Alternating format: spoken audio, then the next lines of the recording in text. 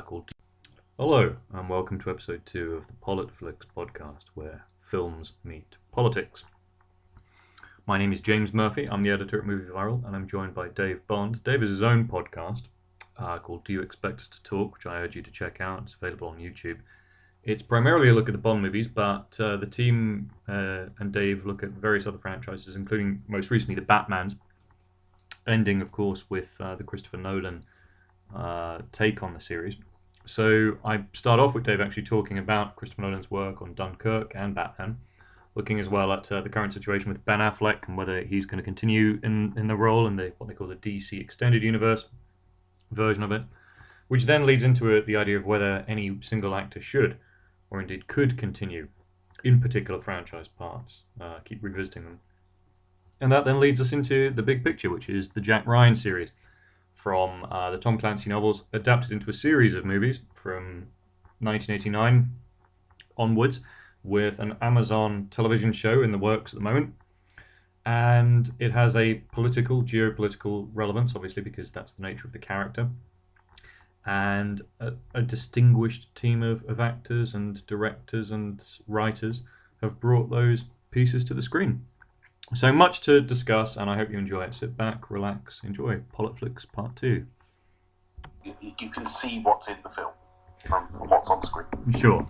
And he's not a fantastically subtle filmmaker. No. I mean, you'd agree with me that he tends to sort of lecture the audience about what is on screen in terms of motif and so on.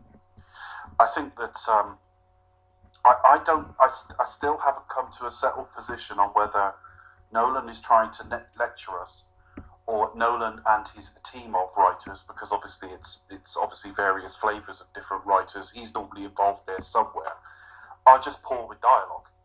You know, even your favourite of the Batman films, if you go and watch Ducard in Batman Begins, yeah, there's you might as well have just handed the audience a little script of what the theme of that bit of the film is and what he's trying to teach Bruce at any time. I don't necessarily think it's a big problem, but I do think of dialogue as a bigger weakness with him than I do action. And it does come off as a bit lecturing, because when you think somebody like George Lucas gets absolutely slated for this, and yet Nolan, a venerated filmmaker who I'm a big fan of, I have to say, but his characters do sort of stand around and explain the themes to each other. Yeah, I mean, there's a bit of that. This is one of the reasons why The Dark Knight, the middle chapter, which is most people's favourite, and I do understand that, is possibly my least favourite, for the simple reason that it actually reminded me a bit of some of that prequel dialogue. I think there's a bit in episode 2, and it's a rightfully deleted scene, where they have the new Queen of Naboo sits around and says, "The day we stop believing in democracy is the day we lose it." And there are bits of The Dark Knight where Rachel, and she's doing it quite smugly. Gyllenhaal, although she's great and other stuff, is just miscast as this sort of love interest. Yes, she is. And she starts lecturing about Caesar, and when Caesar was elected, and then he took over and stuff, and then they start lecturing about the law and points like that, and you just kind of think, guys, that's not a script. That's not drama. That's not how people talk to each other at any time. Yeah, and that would be fine if the film had goodwill. But if the film were a bit more innocent, Dave, I'd have overlooked that. So I can overlook it in Batman Begins because I think at its heart and its core, it has a kind of a childlike beginning, middle, and an end. A great setup for a universe which unfortunately we never really saw. We didn't get. I do think Rises almost makes Begins worse for that reason. Yeah, no, that's right. You know. I think, I mean, for me, the two biggest things with Nolan, one of them he's entirely responsible for, and one he's being damaged by a point of comparison for which he is not responsible. I definitely think you could go through nearly every Nolan film and the dialogue is really tinny. It's just awful, not very good at all. That's not to say the scripts are bad, just the dialogue is bad. Yeah. He's totally in control of that, even where he's not writing. The director's there for quality control and everything else. Well, the next thing is his fault, because it's still his say, but the point of comparison that makes it such an egregious problem is it's his lack of, it's the slight sloppiness. All of his films have got shots in it where I just go, you didn't even spot that. And I pointed them out during the Dark Knight films. Yeah. That I was saying, well, you can see there that, and there's mistakes in every film, but unfortunately, he's frequently likened to Stanley Kubrick. Yeah. And it is the only reason you would liken him to Stanley Kubrick, really, as far as I'm concerned, is the slight emotional coldness of the guy and his films. Because as filmmakers, they couldn't have a more different approach. Yep. In terms of what they're willing to accept and all the rest of it. And I pointed out shot after shot that possibly with any other filmmaker I either wouldn't have noticed or wouldn't have bothered me. But it's a backhanded compliment to the man that I hold the bar a little bit higher for him. Yeah, and there's a good. I think they both use sound effectively. I mean, Kubrick can generate a sort of a corridor, a wall of sound as an enemy, as something to fear. And I think that's one of the things that Dunkirk does do very well. I mean, I have my views about Dunkirk, and I fear that they may be a bit meta rather than about the actual quality of the film. So no, but I did. I went to see Dunkirk big screen, and the sound was doing very interesting things that you would have to have a very good setup at home to replicate. Yeah. So yeah, well, Kubrick does do that. I mean, in 2001, sound is a weapon. It's scary. You don't know why. There are just atmospherics in it that just really make you feel scared. You don't know why, but just and I think Nolan can do exactly the same thing. And I think he gets Zimmer to restrain his natural thematic stuff to just make something like a chord go. I agree, but I do tend to think.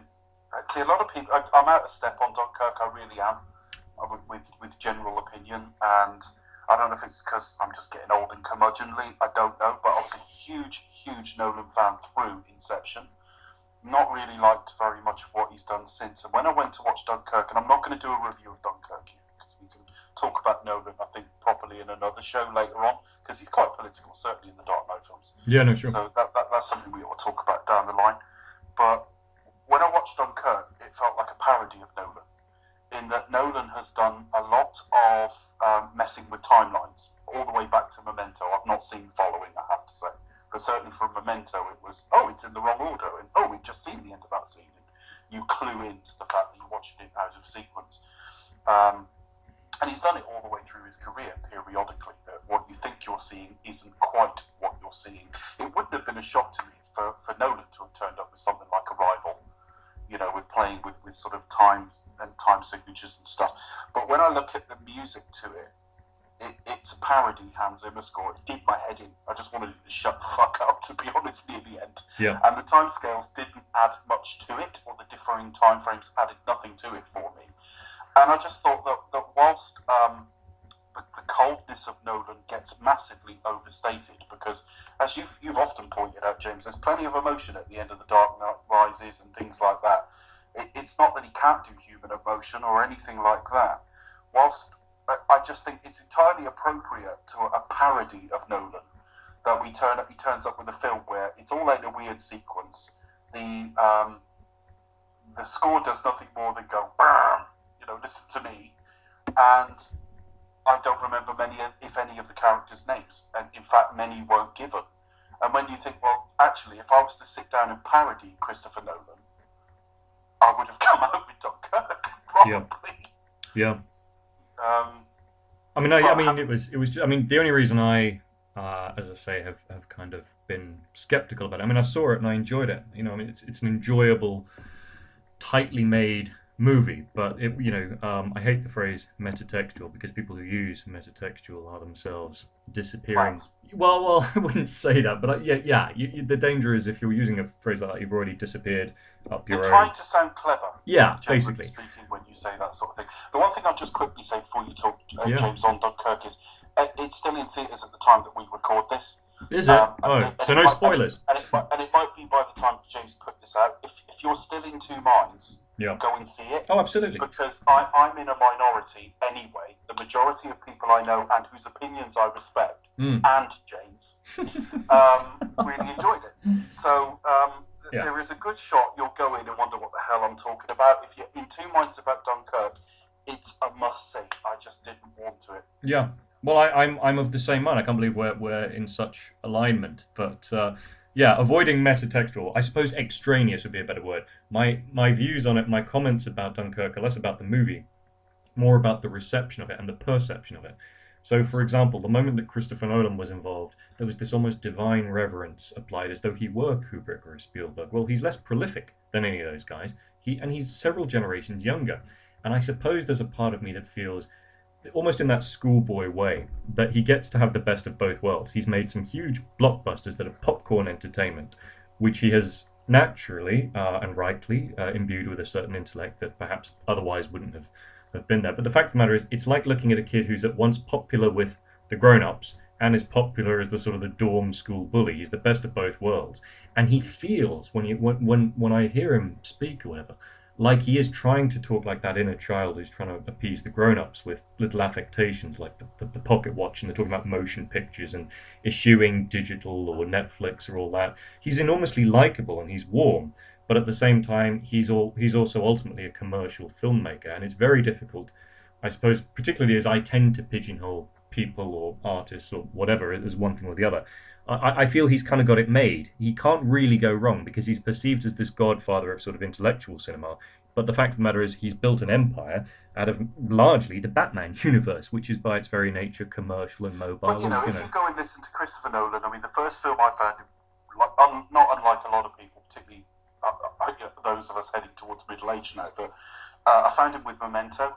Yeah. But I mean, at the time, I don't just mean like several years later it was on cable or something. I saw it at the time. Got it immediately on DVD when it came out. And I sat and listened to all these interviews he did. And he is fundamentally unchanged to the degree that he doesn't even look any older. Yeah. I mean, I'm sure if I went back and watched that interview, I'd go, oh, look how young he is there. Yeah. But in my mind, Christopher Nolan is unchanged in the last, 18 years or so. And that's as a person as well. So it's easy to sit there now and say, oh, you've got it made and all the rest of it. He's fundamentally the same man who started making films, 20 odd years ago. Yeah. And I will be excited the next time a Nolan film comes out, because I'm always interested to see what the guy does. And for him failing to me, if you like, because Dunkirk has been anything but a failure critically. I don't actually know about commercially, I haven't looked. But he's been anything but a failure commercially, but or critically, sorry. But in terms of what I wanted and expected, he hasn't had one where I've gone, fucking wow, since the inception. Yep. Now, that doesn't change anything for me, because I just think, I've loved that phrase, man's reach must exceed his grasp, or what's a heaven for? And I just think there's a bit of that in Nolan. Give it a try, and it may or may not work. So as much as I think there's a slight pretentiousness to playing with timeframes in Dunkirk, because it didn't need it, I just think, well, you've gone in and done a very different spin on a war film. You have, even though I can find elements of it elsewhere, taken as a whole, there isn't really anything out there that's like that, apart from other Christopher Nolan product. And I just think, well, give it a try. I would rather see him crash and burn trying to do things than to have done a fourth or fifth Batman film. Yeah. And I think he may well regret that, actually. I think actually closing it in the way that he did, and I think a lot of filmmakers and writers do regret this almost fixation with the idea that something has to be a trilogy. Everything nowadays seems to be marketed as a trilogy, and they inevitably end up making a fourth or rebooting in order to extend the product. It should be perfectly possible to have an ongoing association with a series that you're very good at, and for people to say, do you know what, I'd like to have a break from it. That doesn't have to be the end of it, but that doesn't mean that you should rush into what you feel to be an inevitable closure on it either, because I do think he had more to say with Batman. I think that's one of the problems with Rises, is he's trying to compress everything, and it's a problem that trilogies make. But right? I mean, to be fair, I've said everything I need to say on Rises over a couple of hours elsewhere. But I could talk about the cafe in Florence for hours, just that scene. I'm obsessed with it. I mean, you can't really do that with Batman, unfortunately, because it's a Warner's product. Yeah. It's there to make money. That no one's going to say, I tell you what, Chris, come back when Christian Bale's 53, and we'll do your spin on the Dark Knight Returns properly. Yeah. What would you have done with it? I mean, if tomorrow they sort of said, because one of the things that's being talked about, and obviously the Chris Nolan, Christian Bale return isn't one of the options on the table, but one of the options on the table at the moment is if they do decide that Ben Affleck's had enough, or they've had enough of Affleck, they're going to use Flashpoint Crisis in the DCU to reboot Batman again. If, in one of those alternative scenarios, you could bring back the Nolan verse, are there things that could be done with it? I mean, could you? Would you? What would you do if you could? In the same way, Superman Returns sort of goes back to the Donnerverse, but doesn't. Do you know there was a time when I've never been, and there's a complete hypocrisy to this because we'll cover Marvel next year, and I'll be very positive about a lot of it, and I quite like that they've done it fairly well. I think I keep going in expecting it to collapse under its own weight, but they've managed to keep the plate spinning for now with all these characters and crossover universes and stuff. But the Nolan Batman doesn't lend itself to other what DC would call metahumans. Hate that fucking term, but there you go. It doesn't really lend itself to that. But then, having said that, there could be when you look at I know it's Marvel, but in the Batman universe, you could have a Daredevil type character, and obviously you could certainly have Nightwing and stuff. To be honest, I'd leave it as its own thing. I wouldn't touch it now.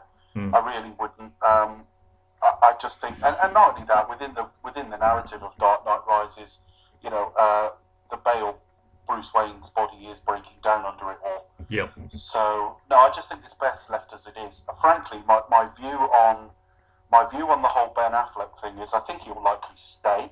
I think he has signed for the sort of trilogy, if you like. Well, that's about as far as you can go, to be honest, because the first one isn't for a couple of years. We're not going to see that completed until possibly the middle of the next decade. By then, Affleck will be in his 50s, and who knows where the DC universe will be, if anywhere. Yeah. So, had Affleck said, forget it, I'm done, I'm not even doing the Batman, I'd have just gone with the recast. Yeah. Because as much as people go, oh, not another recast, I think there are two sort of rules in cinema, if you like, when it comes to Batman. Bruce Wayne is Batman. Yeah. I mean, if it's a spin-off and you want to do Batman Beyond and Bruce Wayne's involved in there, I'll play ball and see it and see what I think. But, Batman is an extension of Bruce Wayne and Bruce Wayne's pain and Bruce Wayne's mission and Bruce Wayne's wealth and everything else.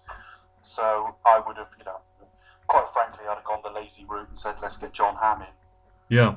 Well, he would be. I mean, he was talked about for Superman as well, and I think he is slightly too old for Superman unless you do play an older Superman. But I mean, we've just had years of him playing Don Draper. Yeah. He doesn't have Bruce Wayne's level of wealth, but reasonably well off. Frequently in suits, a complete Lothario. He looks the part. He's around the right age. I mean, he's within about a year of Affleck within age. And he's got the jaw, got the build. I think he could have been great. I'm not looking for a recast. I was quite happy with Ben Affleck in the role. If he sticks around, that's fine. But I mean, who knows where the DC universe is going to go? We've had a chink of light with Wonder Woman, but that's all we've had so far. I don't think that at a corporate level, I think Affleck's been treated particularly badly, because because people will say, oh, well, he's being paid, so whatever. But for them to have allowed a bitching campaign against him to be released, because obviously you can't stop bloggers saying what they say or clickbaiters or whatever, but it seemed in the week building up to that Comic-Con thing that he was out and that he was basically being fired. And the fact that there was no damage control other than his stepping in at the press conference and sort of saying, no, I'm happy to be down with this, despite the fact this is a guy who was supposed to direct and write, a guy who's overcome a struggle with alcoholism and a divorce in the past year and has endured quite a bit. And people always are quick to say, oh, well, if you're a movie star, if you're being well paid, these things are almost expected. And it's almost money's not an excuse for any degree of treatment you can get. Yeah, exactly. And I don't think he was particularly well treated. I think he was bullied, frankly, behind the scenes. And, I think there was a put up or shut up moment. Comic-Con was coming up. Thing is, Warner Brothers could have spent, or DC, whichever. I know they're all part of the same thing, but whoever was in charge of saying whatever they were going to say about Ben Affleck still remains committed to this project would not have been believed, because that's what you continue to hear until either you hear the news that actually he has gone and we've now cast this person, or he had to say it himself, and people had to be able to see the whites of his eyes while he was saying it himself. I tend to think if Comic-Con or D23 or anything like that had not been on the agenda, if this had happened in a different sort of cycle of the year, say it had happened late autumn or something, actually, no, that's a bad example, because Justice League would have come up and he'd have been talking about it through all the interviews there. All I'm saying is that I think the fact that Comic-Con was only a few weeks away gave them the opportunity to just leave him out. It had the inadvertent effect of leaving him hanging out to dry, I thought. I don't think that was deliberate. No. It's more the fact that, well, let's let him address it himself next week. But that's what people forget, is that, you know, corporate bullying can actually happen by accident. So when I say bullying there, I don't, you know, I'm not kind of libeling the Warner. way it ended up. No, I would not have been comfortable in his boots over and I just think it's, as I say, it's not a question of me thinking Warner's deliberately put him there, but I think damage control should have been initiated the moment that the clickbaiters were all starting to get hits, and I mean like thousands of hits talking about the guy being fired. And the fact of the matter is, you know, it's a lot like politics. If a rumor like that gets out, you're damaged by it already. And I think this leads us into a little bit. You're probably bored of talking about this because it even crept into You Only Live Twice, the excellent commentary did. But the idea of, you know, whether an actor is too old, should move on, etc. And you know, the current situation with Bond 25. I don't know whether you're aware of this, Dave, but clickbait is doing incredibly well out of Bond 25 at the moment. It's ridiculous. I'm really sick of it. And the thing is, it's not. People miss little tricks of grammar and quirks and all the rest of it, because as far as I understand, there has been broadly one article. And that, broadly speaking, right, there have been rinse and repeats of it, but there's been one article, apart from the official one from Eon saying November the 8th, 2019 in US territories and a little bit earlier around the world. It was the Express. Now, the Daily Express, for anyone listening on another continent, is whatever perceptions you have of the British press, the Express is a pretty good example. Very rarely accurate, frankly. Now, I don't know what its day-to-day offerings are like. If I pick up a copy of the Express and read through it, and ignore all the editorialising and right-wing bullshit in it, I don't know how much of this happened yesterday, this has happened last week is true. But I know that when it gets reposted, when it gets into the area of the entertainment business, it's virtually never right. Now, Chris said on the commentary to me, one of my co-hosts, he said, looks like you called it right, Dave. And I said, no, actually, it actually tells me I've called nearly everything wrong. Because when you look at Bond 25, the article, and I will go on to what I meant about reposting in a minute, but when you look at Bond 25, I said that I thought it would be next year, because they only ever announce Bond in somewhere between autumn and winter. It normally starts filming either just before Christmas, they'll do some bits, but they really pick up in anger in January. It's always got one of the shorter production schedules, frankly, of action films. I mean, Pity Terry's not here to tell us a bit more about it. Terry Bamber, who worked on a lot of them. But certainly in recent years, they've started filming either in December or January. They're done by about June or July. Then you've got post-production and they're in theatres in the autumn. So when they announce a new Bond, that might be a little bit earlier, like Craig was announced in October. But I would have expected them to announce the film in December. And I was hearing back in the spring that they'd made agreements to shoot in Croatia. And I'm thinking, well, and I did believe that. I can't remember the source, but I believed the source. And I just thought, well, if they're getting all that lined up now, I think they're going to be ready to shoot by the end of the year. The second thing I said jokingly, I mean, it wasn't a prediction, although if you'd said, no, are you predicting that, Dave, I'd have said yes. The sort of big revenge in the book stories was effectively You Only Live Twice, because in the books that takes place after On Her Majesty's Secret Service. And Blofeld is in disguise as the Shatterhand character. And I thought, well, they can't call it You Only Live Twice, so perhaps we'll have a Shatterhand type story. The last couple of Bond films have started with an S. It might be S again, single word, you know. And I just thought, it's likely to be Mendes, it's likely to be next year. Because of time, they haven't announced anyone else yet. It's likely to be Shatterhand and all the rest of it. Well, the Express backed a load of that up, and that tells me it's not true. The other thing they added to it was going to be filmed back to back. Well, that's a guess. I'm not suggesting it is impossible, but every time anyone has talked to Daniel Craig about would you do two in a row, he responds like it's the craziest thing he's ever heard in his life, because one is exhausting. Whether two is easier than two lots of one, I don't know. But the gist is that was in the Express. That was one article, largely bullshit, I would guess.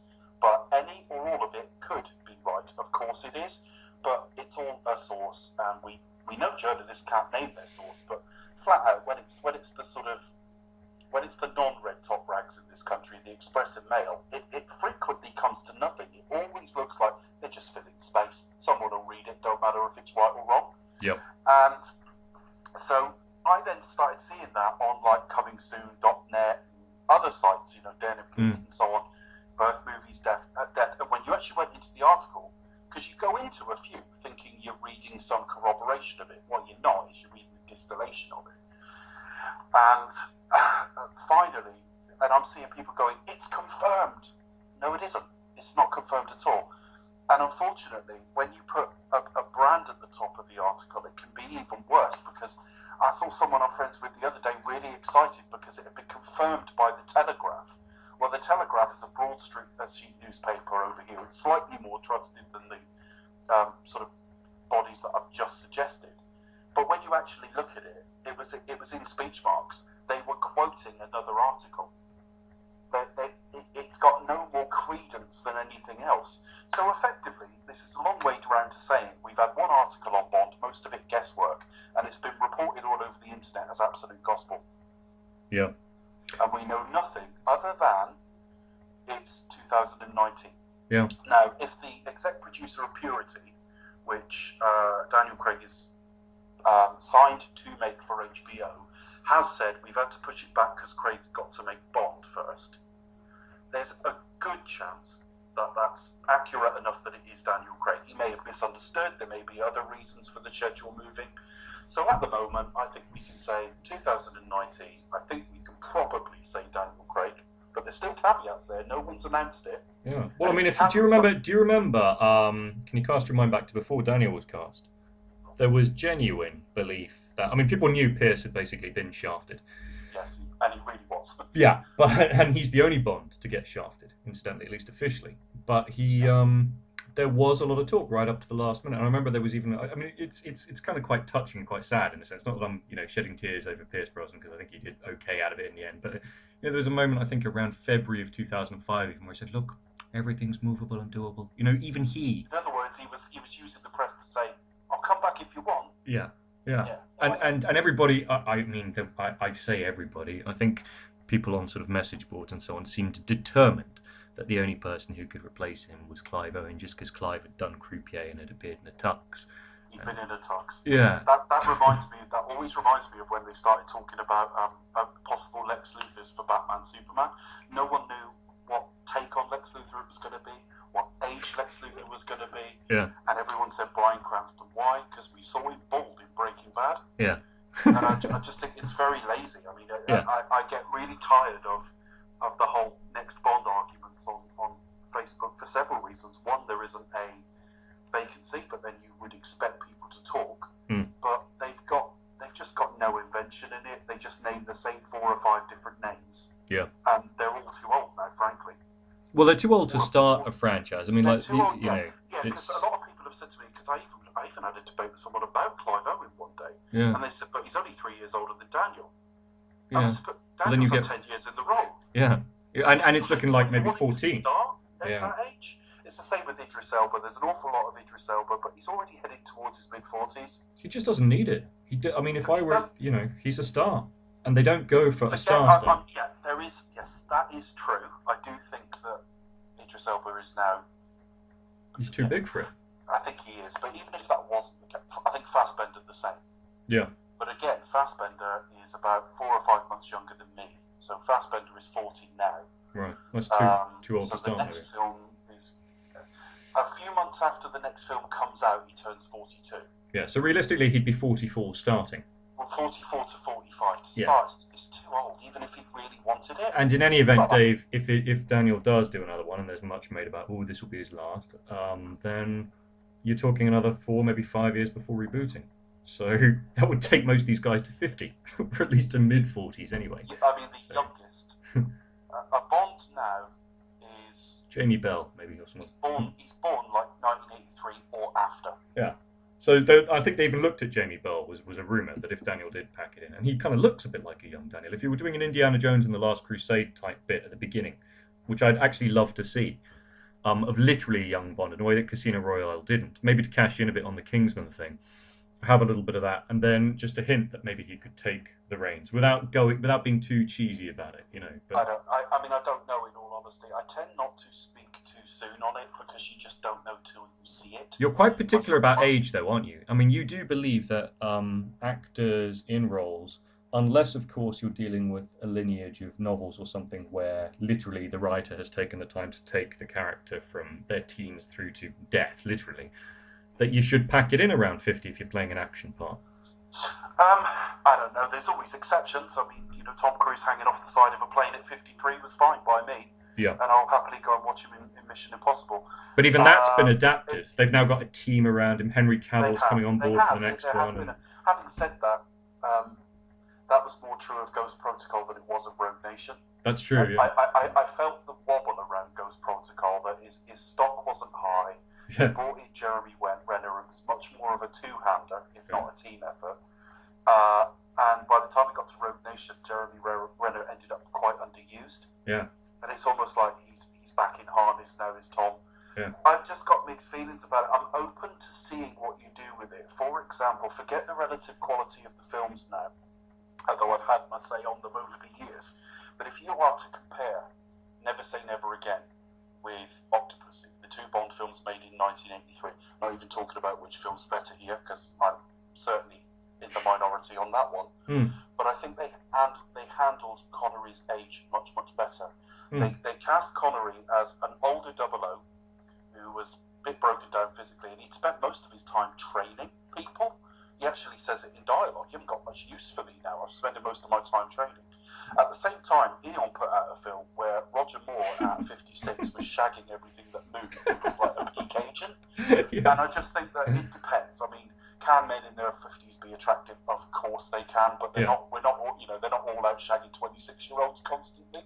Well, if they are, it's wrong. It's morally wrong, and I think the politics socially has changed. Politics socially has changed. We always accept some degree of age disparity, in as much as Daniel was 47 when Spectre came out, and Leia was 30. Yeah, but I think we accept that because you accept that as a sort of Hollywood thing, but there comes a point where it's too much. That's right. I mean, even by something like For Your Eyes Only, Roger was 53 and the leading lady was 23. Yeah. She got away with it there, A, because the film's really good, and B, because she's got a bit of a timeless quality, the one who played Belina. Yeah, no, she does, yeah. She didn't look like the average 23-year-old, but... But could Bond age? I mean, could you literally do it? Could you literally have an age in? Because one of the things, I mean, I've said this about Daniel Craig, and I even did a piece on it a couple of years ago as an April Fool, and that still gets hits. It's 11,000, I think, or something. I said Daniel Craig to play Inspector Morse in big version because there's a touch of John Thor about him. And if you, did you ever watch Morse on television?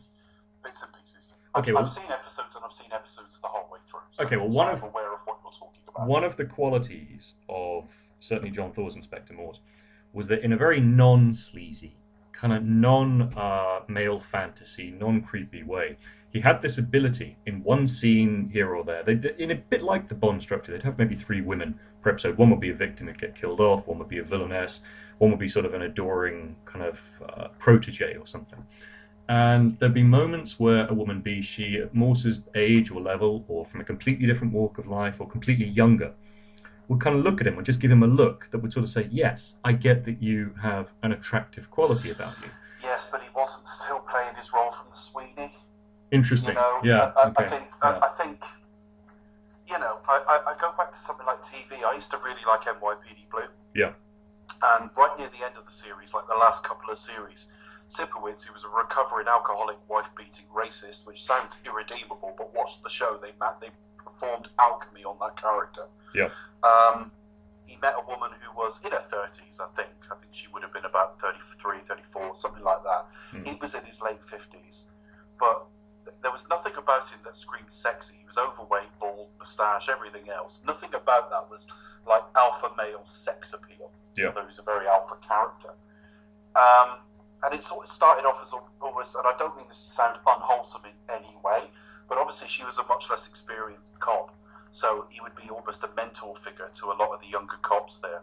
And it developed as a respect, and a love grew out of that. And it would have been a normal man-woman love, but it started by different ways. And I just tend to think that again, I use the Connery example. Connery is never going to be completely unsexual because it's the nature of the actor. Yeah. But the way they played him in Never Say Never Again took a little bit of an account of his age. Yeah, he still ended up running off with some 30 or 35-year-old, I think, at the end of it. But it just all felt much more organic. It's whether you take account of the aging and how you take account of the aging. Yeah. Now, I think the problem is if you want to just reboot Bond every 5 years, then fine. Let's have him get older and then we'll have a young guy next time. That's fine. But if you want to do, and I would kind of prefer they do this, if you do just continually recast and basically just have it the way it always was, that it's suddenly a different guy and he's being spoken to by the same M, and then a few films on it may be a different M, then I think it gets into dodgy ground that you've got to keep him in suspended animation, a bit like comics. He's got to live in a permanent act too. Yeah. And if that's the case, having that Bond played by a 58-year-old is a bad idea. Yeah. But if you want to treat Daniel as a completely different thing, and we have still got him as Bond at 61, I'd actually be okay with that. But I just know that's not the Bond we're going to be given. No. Because that's not the Bond Hollywood or any demographic really wants. No. But then I guess if older, and you made a point the other day talking about Ray Fiennes. Yeah. And I'm going to transpose it to Bond. Yeah. You said Ray Fiennes was miscast as M. And it was pointed out to you that he's the same age now as Bernard Lee was in Dr. No. And there's 2 points about that. The first point would be, yes, of course, but he's already how many years on from his debut? Yeah. But you made the point that 54 now is not the same as 54 then. Yeah. Well, if you read the books, Bond is active, and I think all agents have to retire at 45. I may have misremembered that. Well, it's the same in real life, to some extent. Is it? I don't know, but I mean, I know a lot of these sort of very physical jobs, like the police, have an earlier retirement age. Yeah, but yeah. I don't know what it is in the Secret Service, but so the books cover Bond between 35 and sort of 45. Yeah. But that's 35 to 45 in 1950s terms. Yeah. So I always tend to think cast Bond around that age, maybe late 30s. So Daniel was 38, 37 when cast, 38 when Royale came out. And 45 then is probably like 51, 52 now. Yeah. And that's just my thinking on it, really. They're clearly older, but he's meant to be a veteran agent anyway. It's not like... See, the problem with Tom Cruise, as good as he is at it, they still cast him as like the young guy. Yeah. And I just think, well, no, you can still be supremely fit, but you're mid-50s. Yeah, no, he now needs to be playing the roles that he, the people that Gene Hackman and Jack Nicholson and John Voight played to him, he now needs to be playing to the next generation. But one of the problems is there isn't a next generation. He's still playing someone who, you're not explicitly given his age. Yeah. But he's still playing someone who could conceivably be 30. Oh yeah, he looks like your head of house in school. And that's not quite right, somehow. Yeah. He still does a fantastic job with it, and he's aging supernaturally well, even with whatever help he may or may not be having. Scientology, Dave, it's magic. It's the way of the future, I tell you. Mm. But yeah, I do think that Bond can get away with being a little bit more on the weather-beaten side. Yeah. I think that's more so the case now since Daniel Craig. Mm. Because when you had Pierce Brosnan, and one of the reasons his era isn't aging very well, is Craig came along and actually reminded us you could do a bit more with the role. Yeah. All you needed to do when you were Pierce Brosnan's era was look really good, say the quips all right, look reasonably convincing when you're holding a gun. Yeah. And that's about it. Mm. It's interesting you should say that, because basically the Craig era, I've said this, I'm sure I'm not the only person who says it, in fairness to both Craig and Pierce, is in some senses the Pierce era done right. If you look at Skyfall and you look at The World Is Not Enough, all the stuff that they did wrong with The World Is Not Enough is taken out, and all the bits that were there, the kind of the seeds of really good drama which were there, but were kind of botched because they didn't quite have the balls to go there, and they didn't want to put dear old Pierce into that sort of. He was trying hard to emote and so on, but he just wasn't cut out for that sort of acting. I actually thought he did okay, except one scene, but that one scene almost ruins all of it. No point in living if you can't feel alive. Is that the one? He's terrible in that scene. But having said that, I you know. But he does do vulnerable well, and I think they had, He does vulnerable quite well. And the first bit of Die Another Day could be Dalton. It could be Craig. It's just that he's unfortunate enough to not really quite have the kind of, I suppose, I don't know, demeanor or kind of look to pull off a sustained film like that. You don't want Pierce to be that bloodied for a whole film, but you want Craig to look like that because he's already from day one quite a battered It's character. not only that, You know. but both build, hair, everything about Pierce does scream lightweight. Yes, and it's not his fault. It's just the way things are. That's not his fault. That's just he should be on This Morning or something. Genetics and stuff. Yeah. But the point is that whilst there's room for a Bond like that, he could have done The Spy Who Loved Me, I'm sure. Yeah. I think he could equally have done License, which I know is a controversial view that's not shared by anybody, but people were talking on one of the threads, if you swap Dalton and Brosnan, some of them around, well, I said, if you think about it, actually, there are bits of the Brosnan era where they sow the seeds of this great drama, which they're kind of, as I say now, appropriating into the more, gritty or whatever, edgier Craig era, but which are very Dalton in tone or potential. And equally in some of the Dalton bits, some of the more emotive angles that would have suited Brosnan better. Dalton's Bond, in theory, should not be as kind of loose a cannon as he is in License to Kill, to the extent that he would take things that personally, but he does. And I think equally, GoldenEye could quite well. Yeah. But it does it because it brings back a feelings we know. Yeah. And the film takes the time to show us around, with Bond around Felix's new wife, so you sell that it's not just Felix, that this is a pair of people he's very fond of. Yeah. I think the films, I love License to Kill anyway. I know that's a controversial view in itself because a lot of people rank that quite a low film. But it shouldn't be. It's all a very honesty, good though, I think the general point I'm making is that the Bond character was always a little bit frozen in amber.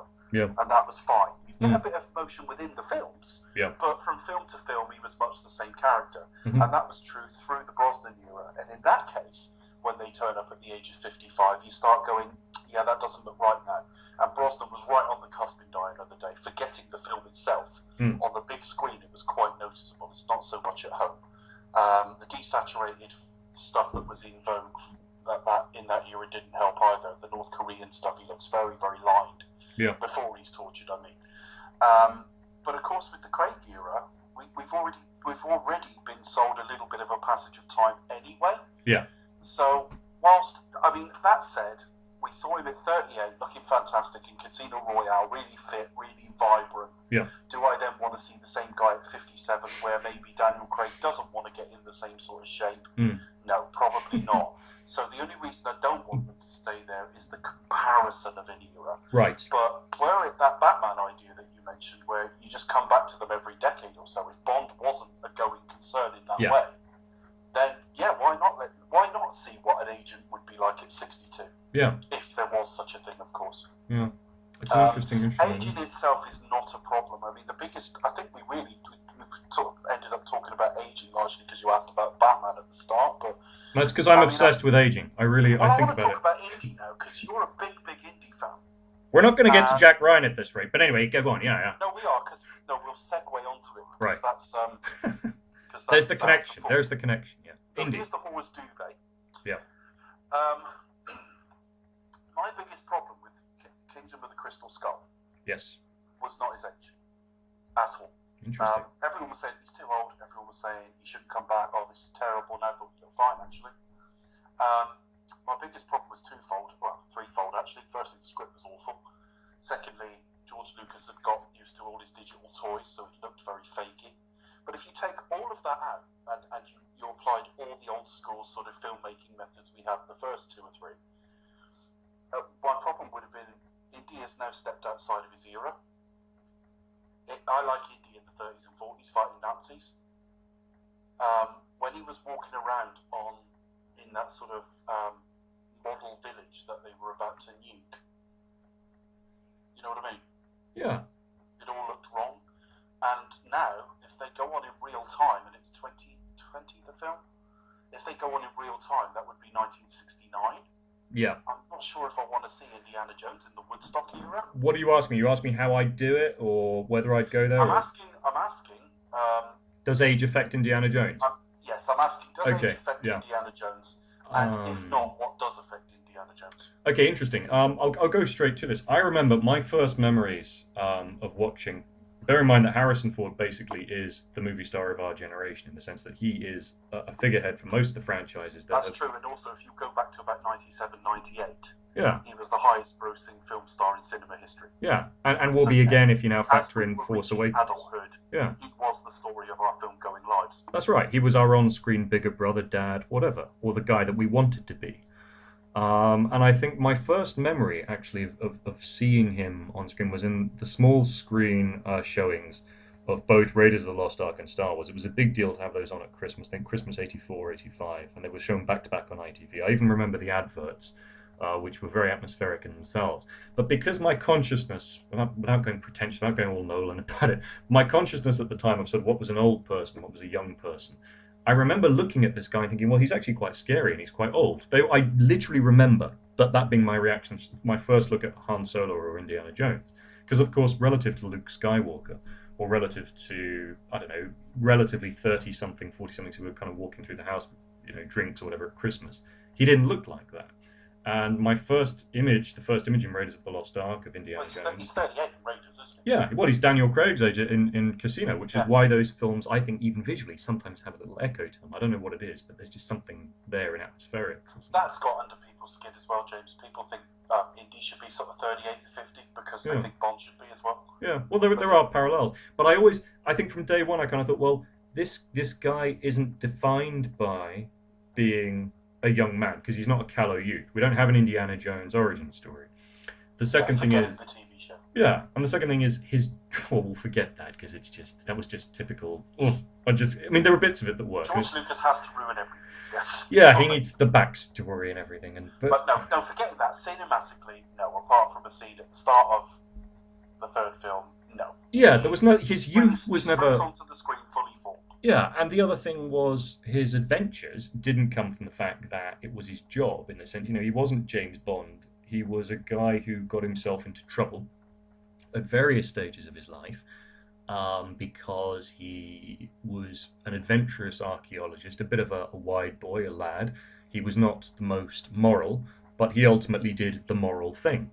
And so, to me, those were the qualities that defined him. And I actually thought that therefore makes it very interesting to take that guy and watch him age. And considering that Harrison Ford has done the impossible, which is he has at various times in his career retreated from action and then he goes back to it. He's never, ever tried to hide his age. He ages normally. No, it was an insistence on the last film that he was asked to dye his hair and he refused. Yeah, and I just think, for me, therefore, the fantasy of Indiana Jones becomes in a way that it isn't with Bond or anything else. And this is why I'm so attached to Indiana Jones, for something that's actually quite a small series, is this idea that you can revisit somebody at various stages of their life, that they will be vital at those various stages.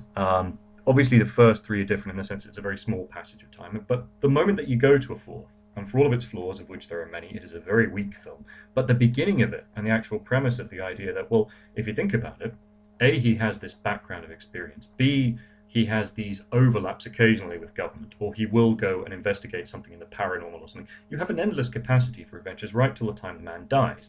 And I think, therefore, although it will be aesthetically painful to watch an 80-year-old Harrison Ford, because he will be nearly 80 at least, on the big screen, playing that character again. I always said Kingdom of the Crystal Skull would have been a better film had there been an Indiana Jones film in, say, 95 and another one in which there was going to be, which there should have been. That's the problem. It feels like bringing a series back as opposed to bringing it forward. Down series back rather than. But my main problems with it, apart from the time frame, because as I say, 50s you can kind of get away with. They shove it down to the jungle pretty quickly anyway. Yeah. But him around Greases didn't look right, and I also think, the whole thing. I talked about that. I've done a podcast on that as well, but. And I wasn't kind to the film, but the problems are not Harrison Ford is 66. No. Not as far as I'm concerned. That's not my big problem with that film. My big problems with that film are all about, it's not that the greatest of ideas, MacGuffins as Lucas always refers to them. It's not the greatest of ideas to have a son there constantly saying, "What are you 80?" Because that's not funny to start with. Poke at his age. I'd suggest not doing it, but if you're going to, make it funny. Yeah. Also, I really wanted to see Karen Allen again until I saw Karen Allen again. And that's nothing to do with her age. And she was 55 at the time. They just didn't have anything to do with it. She didn't do anything. Nothing to do. No, she just stood around looking really happy to be there. And when you think how feisty that character was in the first film, yeah, I thought that was a bit of a betrayal. But aged characters, yes, I see your point. The only thing you've got to remember with Bond is it's 24 entries now if you count the official series. Yeah. And in the first 20 of those, they never acknowledged this man aged. Yeah. And so, you've got to accept it's something different, and also the series then becomes something else if you do that. Yeah, but I think that's the way to tackle it, isn't it? It's the same man, but there are minor reboots in it, in that, like, we know we've been with Roger Moore for a certain number of years, and when Timothy Dalton turns up, we immediately compress Roger Moore's career, if you like. Into that, well, this man did have all those adventures, but he's now not 12 years on from Live and Let Die or whatever. Yeah, they just happened in the 1980s, or there were variations of it. They don't have to be exactly the same. Timeline. I've always said, if we were on the original timeline now, Tracy was shot like 3 or 4 years ago, probably. Yeah, and she's not Madeline, she's Tracy. I know. But anyway, so go back to Indiana Jones for a second. The way that I hope that they do it, because this is an opportunity that James Bond doesn't have, or if they did have, they'd have to completely reinvent the franchise. They have a guy that owns the role who's never been replaced. If he were going to be replaced, he'd have been replaced. That's Harrison Ford. They have a director in place who is aging at roughly the same rate, Spielberg, but remains prolific. And therefore, I think it's an opportune moment in almost cinema history to make a film that doesn't do the self-indulgent business of dwelling on aging or death, that recognizes that death and aging are part of even a fictional hero's life, but at the same time gives him something to do that's vital. And if that involves passing a baton or having flashbacks or whatever it is, fine. But we don't want him with pipe and slippers. We don't want him dying, and we don't want a whole film about him being old. But at the same time, we want an older person, because there's a lack of that, and we are living longer, and we need older people. And I look back to my own grandfather, and, well, that's kind of self-indulgent, but the fact of the matter is, he was, right into his 80s, a very vital, a very active, and a very attractive man who had a capacity, through his academic work, to occasionally encounter a bit of trouble. Now, I don't see why you couldn't have exactly the same thing on screen, blown up a little bit. You're not trying to say he's doing the same things as he did at 80, but have him throw a punch, have him have a fall, and have him maybe counter both a supernatural threat and something that ties into, in exactly the same ways they did with The Last Crusade, maybe a prologue and a bookend. But none of this trying to brood too much on the old or the death, but at the same time trying to acknowledge, yeah, it's there, and let's have it. Cinema has well-trained me now for the basic idea that Indiana Jones might be rebooted at some point. Sure, but let's quite happy with that. But let's do it properly, not sloppily. If you do that, you cast someone who's in. You go the Bond route of, like, well, let's have someone a bit seasoned. Unless you want to completely reimagine the character and take him from 21 or something when he's just left college. But then he's not Indiana Jones, because he wouldn't have that weathered machismo. He's a precursor to it. He's Henry Jones. He'd be a Wally. He's not the Indiana Jones persona. Yeah. But, it's like when all the talk started about Chris Pratt. Now, genuinely, I'd only have one problem with Chris Pratt. If you put him in the outfit and got him doing all the action and wisecracking stuff, I think he'd be fine. I think he's the closest we've actually got to a modern Harrison Ford. Yeah. The problem is only I can't see him as a lecturer. Yeah. I can see him as a lecturer, but not as a lecturer. Yeah. We're going to get on to Jack Ryan in a minute, and I've got the same problem with a couple of the castings there. Yeah. Harrison Ford might be dumb as shit, I've got no idea, but when he stands up in front of people in his 1930s tweeds and dicky bow, I believe he's a professor of archaeology. Yeah. Not sure I'd believe that from Chris Pratt. No, I wouldn't. Everything outside of the classroom, I think he could do. Bradley Cooper is another name that's mentioned. I would believe him as an academic, as well as an action guy. Possibly.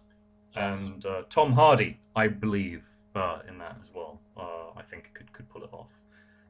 It's. But the one thing with the fifth one coming, and it's 3 years away still, is. And I don't think they would, unless they're going to reboot the universe, which I wouldn't rule out, but I can't see. You mean like he's in the Garden of Eden or something, and they give him a new regeneration cycle, a la Doctor Who or something? Yeah, or anything. Turn him into a woman. I remember when, or put back anything. The supernatural threat puts him back in the 20s or something. Yeah. Whatever reason, unless none of those ideas are good, by the way. If anyone's listening, do not do that. If you're listening, but the point is, unless they reboot the universe, which is very, very unlikely to happen, be another 5 years, 6 years So, we'd be a decade away from a new Indiana Jones at very, very least, I'd have thought. Yep. In which case you can forget all these names anyway, because when they originally said 2018 or 2019, I think it was, at the top, whatever year they were going for, Chris Pratt would have been the same age as Harrison was in Raiders. So, I don't cast a new Indy at 50. That's ridiculous. But yeah. Anyway, that's. But on to Jack Ryan. I suppose the connective tissue I will just mention is I had the same problem with the origin story that was the last film they released. Now, some of that is studio based in that Paramount seem to have the rights to put out the Jack Ryan films. Yeah. They have very few franchises. I believe they've got Mission Impossible. I think that's Paramount. I wouldn't swear to it. No, it is. It is. And they've got Star Trek, which isn't the biggest hitter on the big screen. And then they've got Jack Ryan, which they struggle to ever get going in any consistent way over a long period of time. So, of course, you think, well, who's the big contract players they have that they want to make a star of? Chris Pine. Yeah. And I thought Chris Pine was absolutely all wrong for it because, again, it's not a dig on Chris Pine. It's only his screen persona. Chris Pine does not give off smart, and he might well be. He might be extremely smart, but I don't believe him. I didn't believe him as a stockbroker. I didn't believe him as a military historian. No, I don't believe him as having the gravitas, the weightiness, the intellect of a Jack Ryan. Yeah, and that's a simple. It's a sad and simple fact. Shame. But you throw him into the action stuff, he's fine. He's very likable. He's very charming. Yeah. But again, is that really? I don't even know if that's meant to be what Jack Ryan's meant to be because I've never read any of the books. Well, I think that Tom Clancy has, on the one hand, he died recently, and there are various conspiracies. Just before Shadow Recruit, actually. Yeah. Because the film is dedicated to it. He died around the same time as the founder of Breitbart, and I think there were all sorts of conspiracy theories. That you have to point out the fact that he died of, I think, was it cancer or heart disease or something natural, and people, the CIA could fake it. And then you have to point out, well, actually, this was Obama era, which is not associated with sort of dark things going on in the CIA. Why would they kill him and so on? But the fact of the matter is, he died mid Ryan universe. And the idea was that I think Clancy, as we were talking about earlier on, because we don't know what Fleming would have ultimately done with Bond had he survived. We know that Colin Dexter with Morse kills off Morse. We don't know what Indiana Jones's fate will be. But we know that with Clancy, he would have just kept going with Ryan's story. So you get quite a linear map of a guy who starts off as the one thing the Jack Ryan reboot film with Chris Pine does do well is kind of transfer that to a modern setting. He starts off as a Marine. It's very promising. You just had the wrong guy in the lead. Yeah, starts off as a Marine. He has a terrible helicopter accident, which busts his back. He manages to turn the adversity into a kind of a triumph in the sense that his career as a stockbroker nets him millions. He makes some sort of very tidy investment, which in turn makes him a finance whiz as much as anything else. He's on the back of that able to sort of revisit his military history, and he becomes a lecturer. And the sort of the crossover in all of those things means that he is in a position whereby he is of interest to the Central Intelligence Agency for the simple reason that his analytical brain from the stocks and shares and the military historian bit makes him... analytical. Yeah. This is just going off what you're saying. Yeah. I reiterate, I've not read any of the books. Yeah. But what you've just told me there, James, is you've told me a guy who's extremely intelligent. Yeah. If the CIA will be interested, because military historians will know the folly of poorly planned military campaigns. Yes. So although he's not a military strategic guy, he would have some of that as well. That's right. Also, he's independently wealthy, so the ability to turn him, bribe him, anything like that is lessened. Yeah. He's also been proved extremely brave. Yeah. Because he's come back from a horrible accident. And he's resilient. So yeah, he's probably got everything you would want. Yeah, and I think on the back of that, through various channels and connections and so on, he finds himself recruited. But the catalyst for that, I think in terms of the linear timeline, although even Clancy is yet another one who shifts this a little bit, is that there is a terror attack in London. So Patriot Games, I think, is pre-Red October. They shifted a little bit. And there's something before even that, which is Red Rabbit, where I think he stops the Pope being assassinated by the Soviets or something. But it's this, he's propelled back into a world that he wasn't necessarily seeking to re-enter. And once you're in, the CIA, I suppose, is a little bit like the mob or the church or whatever it is. It's very difficult to extricate yourself. And having made this kind of benign Faustian pact I'm to just save his wondering which family. bit of the world me and you are going to go in hiding now after Yeah, that. well, yeah, exactly. But he he's trapped to some extent. But once But a again, good mob, best mob in the world. well, there are lots of mobs. There are nice ones and nasty ones, and there are anyway. But the idea is he The becomes, mob, you meant. well, yeah, to extricate himself, he becomes a career CIA analyst, and each book progresses and advances with a kind of a forensic historical kind of analysis that he applies, which involves some degree of action. But he's an everyman because he's not looking for the action, and he's not by his nature an action man. Action is sort of I suppose, an offshoot from the conclusions that he necessarily makes. Be the enemy a political corruption one, as we see in Clear and Present Danger, or some of the, the drug lords that are in that, or terrorists. By or nature of his whatever. job, sometimes, I mean, Clear and Present Danger sold us that he was a little bit naive in a new role, Yeah. and managed to get himself cornered into having to go somewhere where action went down. Yeah, no, that's right. How cinematic is it from the books, in your opinion? I'd have real trouble I wouldn't envy the man trying to adapt it, because the fact of the matter is that Clancy is excellent at devising a premise and a plot line, and he's good at kind of quite quick character sketches, but he's got a lot of superfluous characters who could very easily be merged. His exposition descriptions are lengthier than need be. I'm very surprised that these were classified as page turners, because they're incredibly long and incredibly detailed, and they can be quite stodgy in places. But the premises for each adventure are pertinent and interesting. But what I mean is, you could do a book. Last time I say this, I haven't read the books, but Yep. You can do a book where you are describing their thought processes as they're doing something supremely desk-bound and analytical. Yeah. Now, if the books are an awful lot of that, that's difficult to get on screen. I think what I'm getting at is when you go and watch a Jack Ryan film, how much of the action in it is amped up or at least overemphasized because it's a Hollywood film? Well, obviously, the books reflect that level of action. Well, if anything, they actually tone it down. Patriot Games is a case in point, because in Patriot Games in the book, and this is going to sound really crazy, especially to any English listener who hasn't read the Clancy book, but in the book, Prince Charles and Jack Ryan have a scene where they're basically running around with guns together, fighting some offshoot of the IRA. And the Hollywood people, this is Hollywood, who love cheese, kind of said, "Look, that's too." It is to be. Yeah, we just can't film that. And Clancy took exception to that. He also took exception to the idea of Harrison Ford playing Jack Ryan. He started bitching about his age, because Harrison Ford was 50 starting the part. He much preferred Baldwin. He liked Ben Affleck subsequently. Don't know how he felt about time. I'm sure he was fine with him.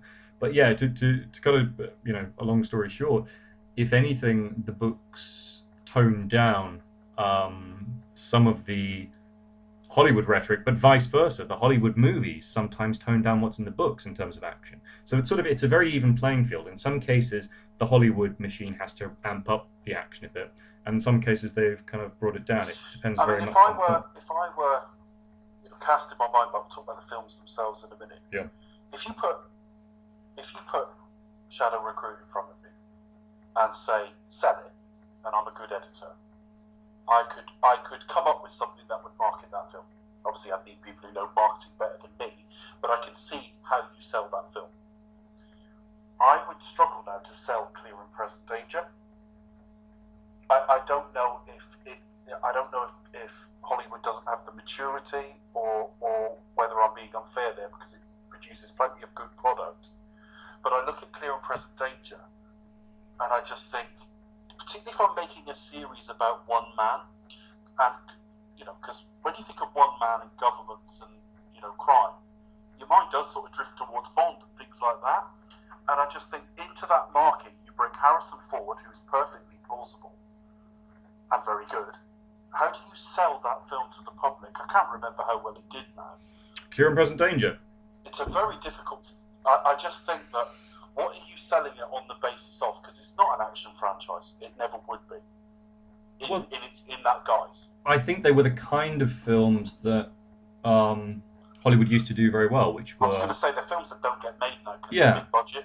Well, they're adult thrillers, no question. When I say adult thriller, I don't mean the Shannon Tweed kind of Channel 5 variety, although I'm very fond of those, as everybody knows.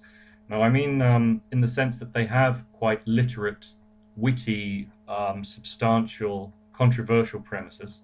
They have stakes, genuine stakes, but at the same time, they have an element of escapist Hollywood gloss. And I think the danger today, Dave, is that you get either Marvel cinematic light candy, or you get, oh, look at how dark and gritty and terrible and deathly this is. Well, the Jack We're Ryan not pictures. necessarily knocking either of those things. No, I'm not. But I'm just saying, Polarise the what I'm market. knocking is the climate, whereby it seems either or. I mean, this is one of the problems I have with currently writing my own screenplay, which eventually I will completely finish, edit, and submit, and so on. But is tone, and admittedly, tone comes a lot down to a director.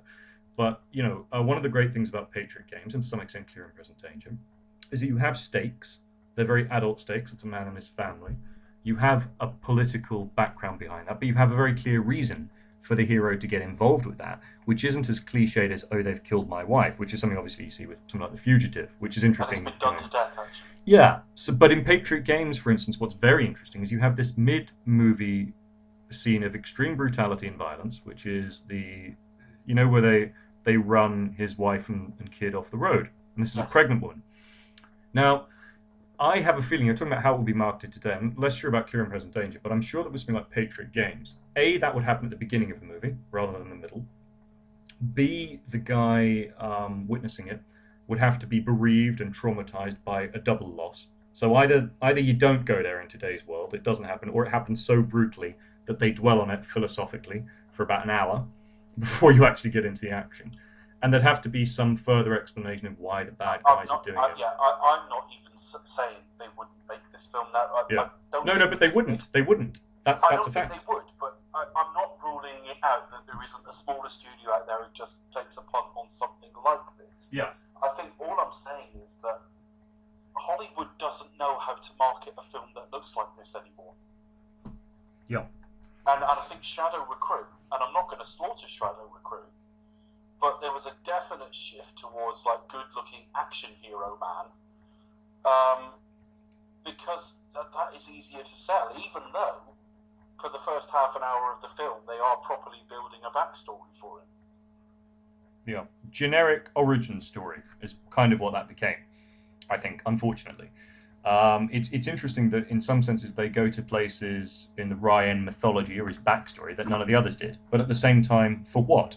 If you're not going to actually deliver the sort of literacy and the kind of political emphasis that the other ones had, then it's not a geopolitical thriller anymore. I'm not saying that pretentiously, I just mean it from a genre point of view. Well, I mean, in principle, if you said to me, because Chris Pine was born in 1980, and he was studying, and the character was studying in London in 2001. So that's a 21-year-old man who's like coming to the end of his time at college. So that's about right. Certainly in this country, most of us graduate around the 21 mark. So you think, well, okay, he's in London and he's graduating. Is there something that could happen then that would push him that way? Well, 2001, 9/11, of course, on paper, as hackneyed as it's now becoming to keep going back to 9/11, the scar on the American psyche, I can totally understand how that might be used, but it's used very throwaway. He sees it on a TV somewhere, I think, and then the next thing you know, he's joining up to serve, and then it's never referenced again for the rest of the film. Well, you don't need 2 hours on 9/11, of course you don't, but what it doesn't sell me from then on is his sense of duty. It was a catalyst to almost like an instantaneous decision. And then the film never acknowledges or minds that decision ever again.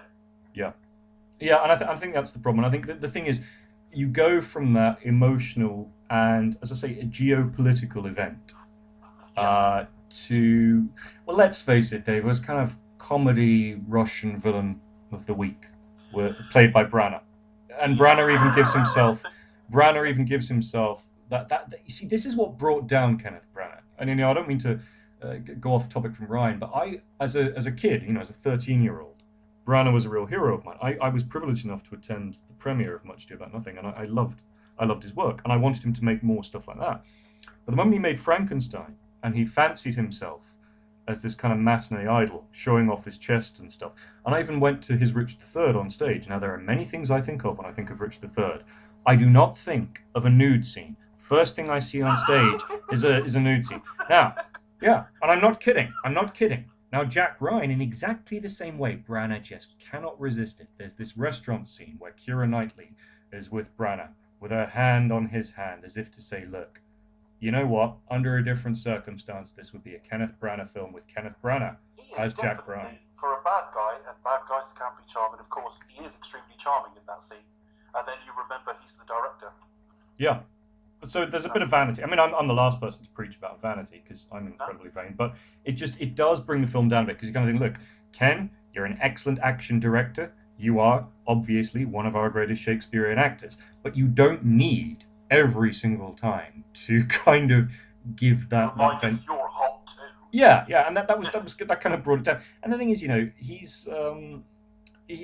was a safe pair of hands, and the action is incredibly. He's a great action choreographer. It's good. And it's good. better arguably than some of the It's all solid. stuff. That's my feeling about Shadow Recruit generally. Yeah.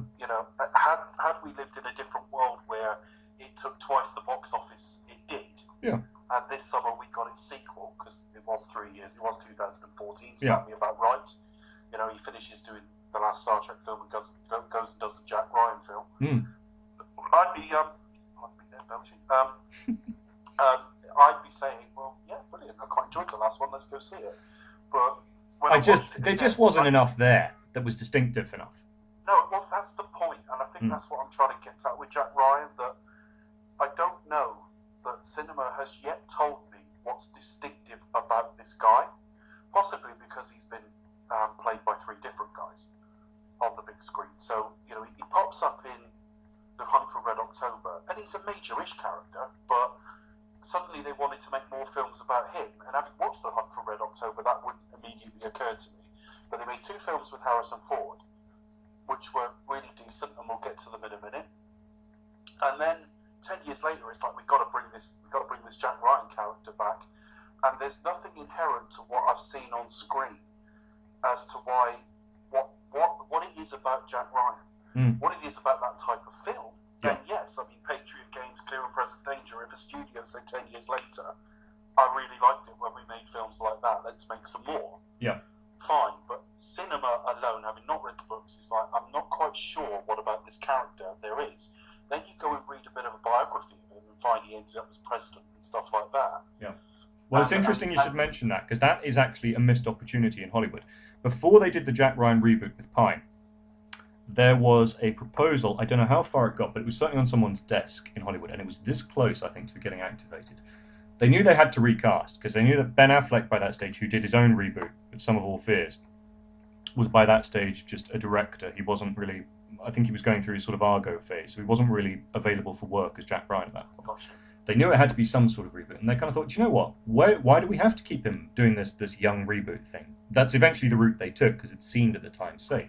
What would have been more interesting and ironically more successful was an idea to film the Clancy novel Executive Orders, which is where Ryan does become president, and to have George Clooney as Jack Ryan, who would be a natural, A, to play a president, because he's quite political and literate himself, B, he'd be convincing, C, the right age as well. Yeah, and D, very much in that Harrison Ford mold.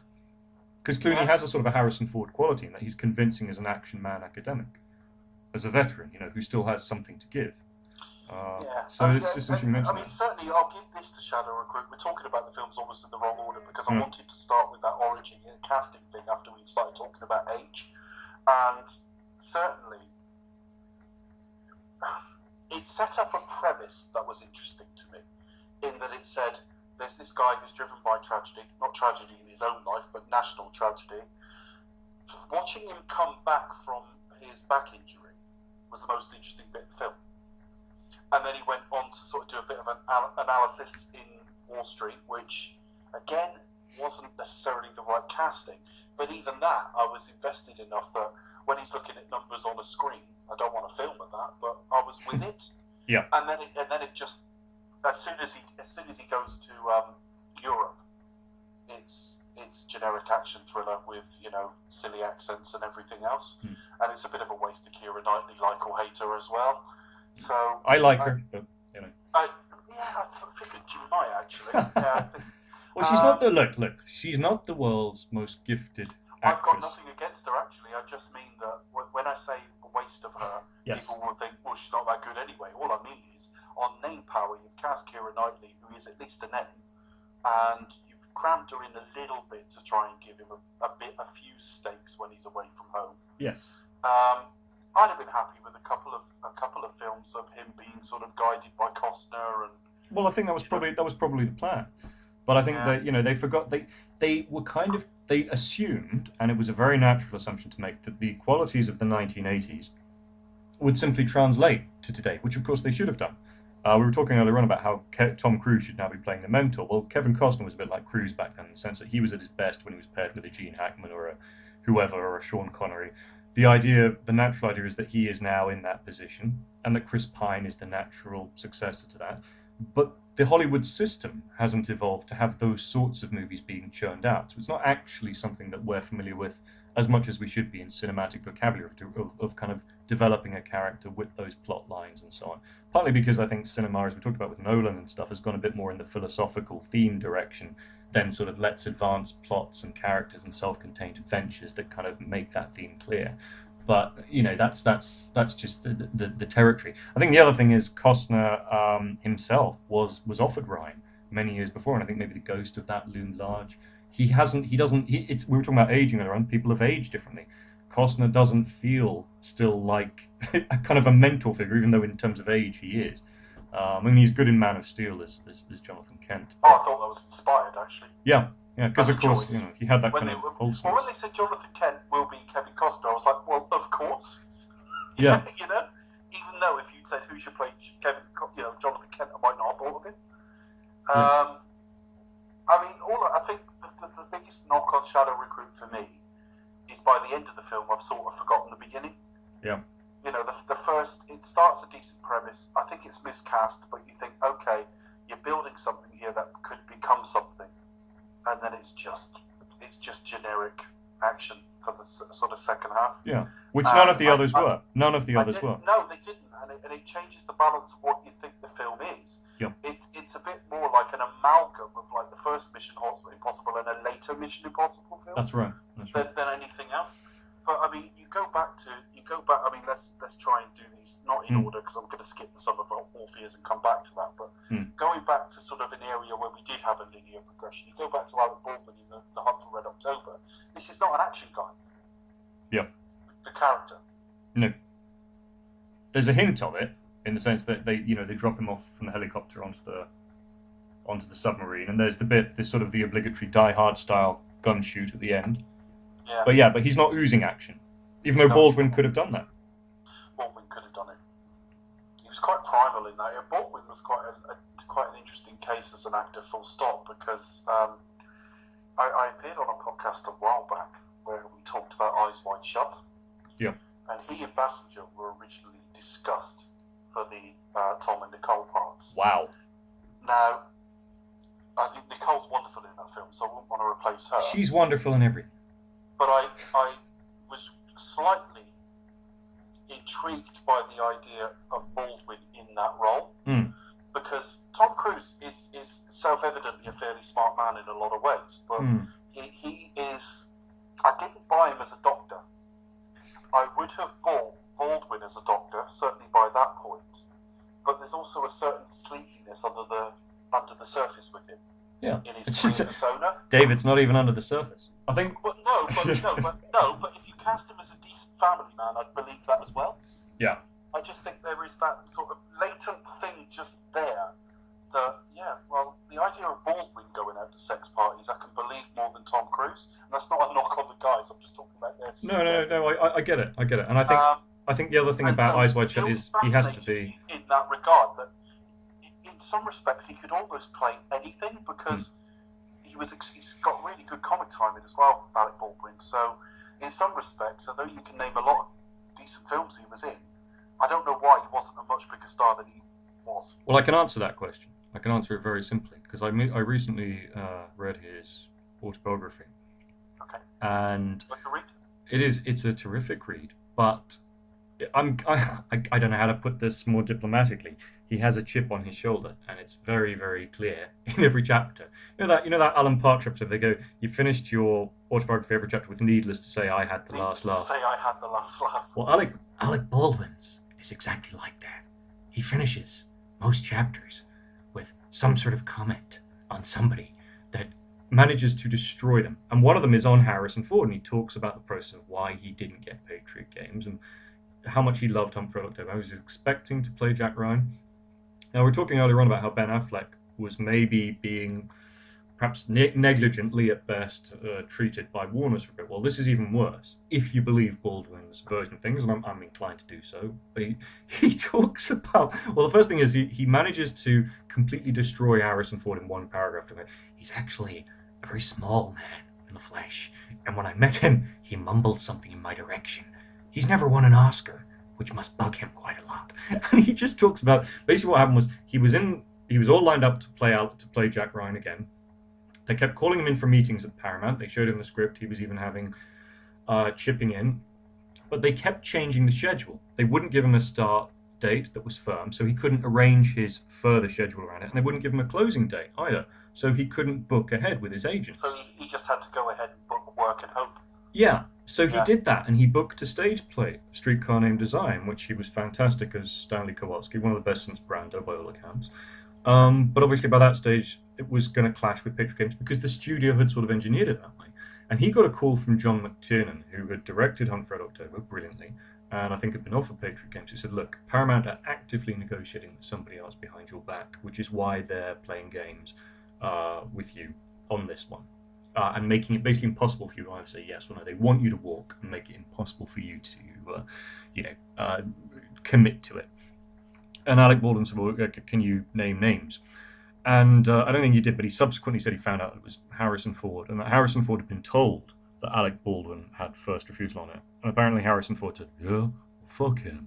Now, once again, I just can't picture that happening, but I wouldn't rule it out. And Alec Baldwin says, Harrison Ford, of course, was desperate for a franchise to remain relevant after Indiana Jones. And the thing is, it's kind of true, because Harrison Ford had this little adventure after Indiana Jones, where he tries Regarding Henry and Presumed Innocent, neither of which particularly work very well. He's a great actor when he's in a natural scenario, anything from Mosquito Coast to Witness, What Lies Beneath. He can do character parts, but he's terrible. Mosquito Coast, one of the great unheralded films that a lot of people have not seen. Yeah, but when he tries to...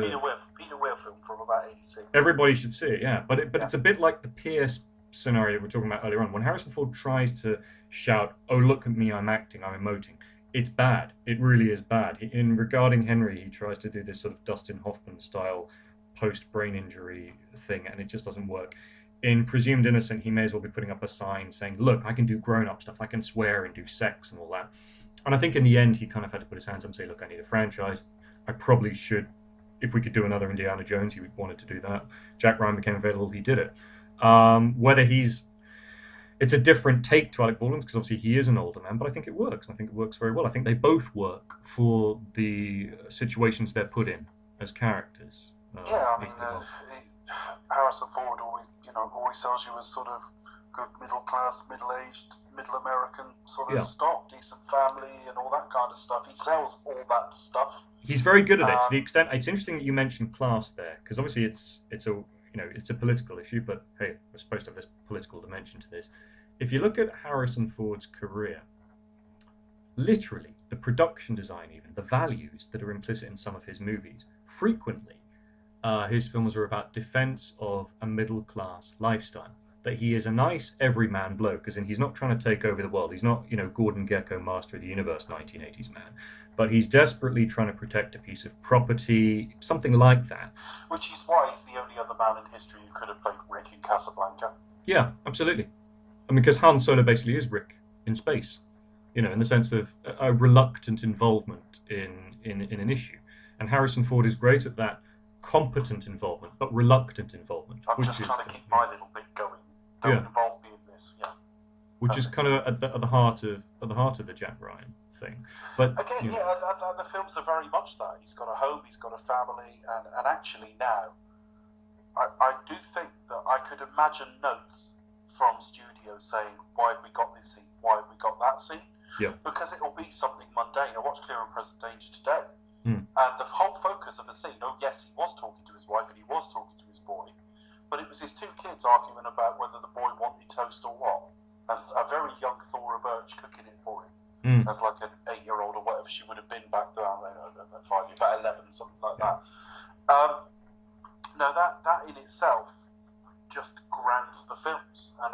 that's kind of important with this type of character, because we have to be sold that the action isn't what he's there to do. It isn't what he's trained for.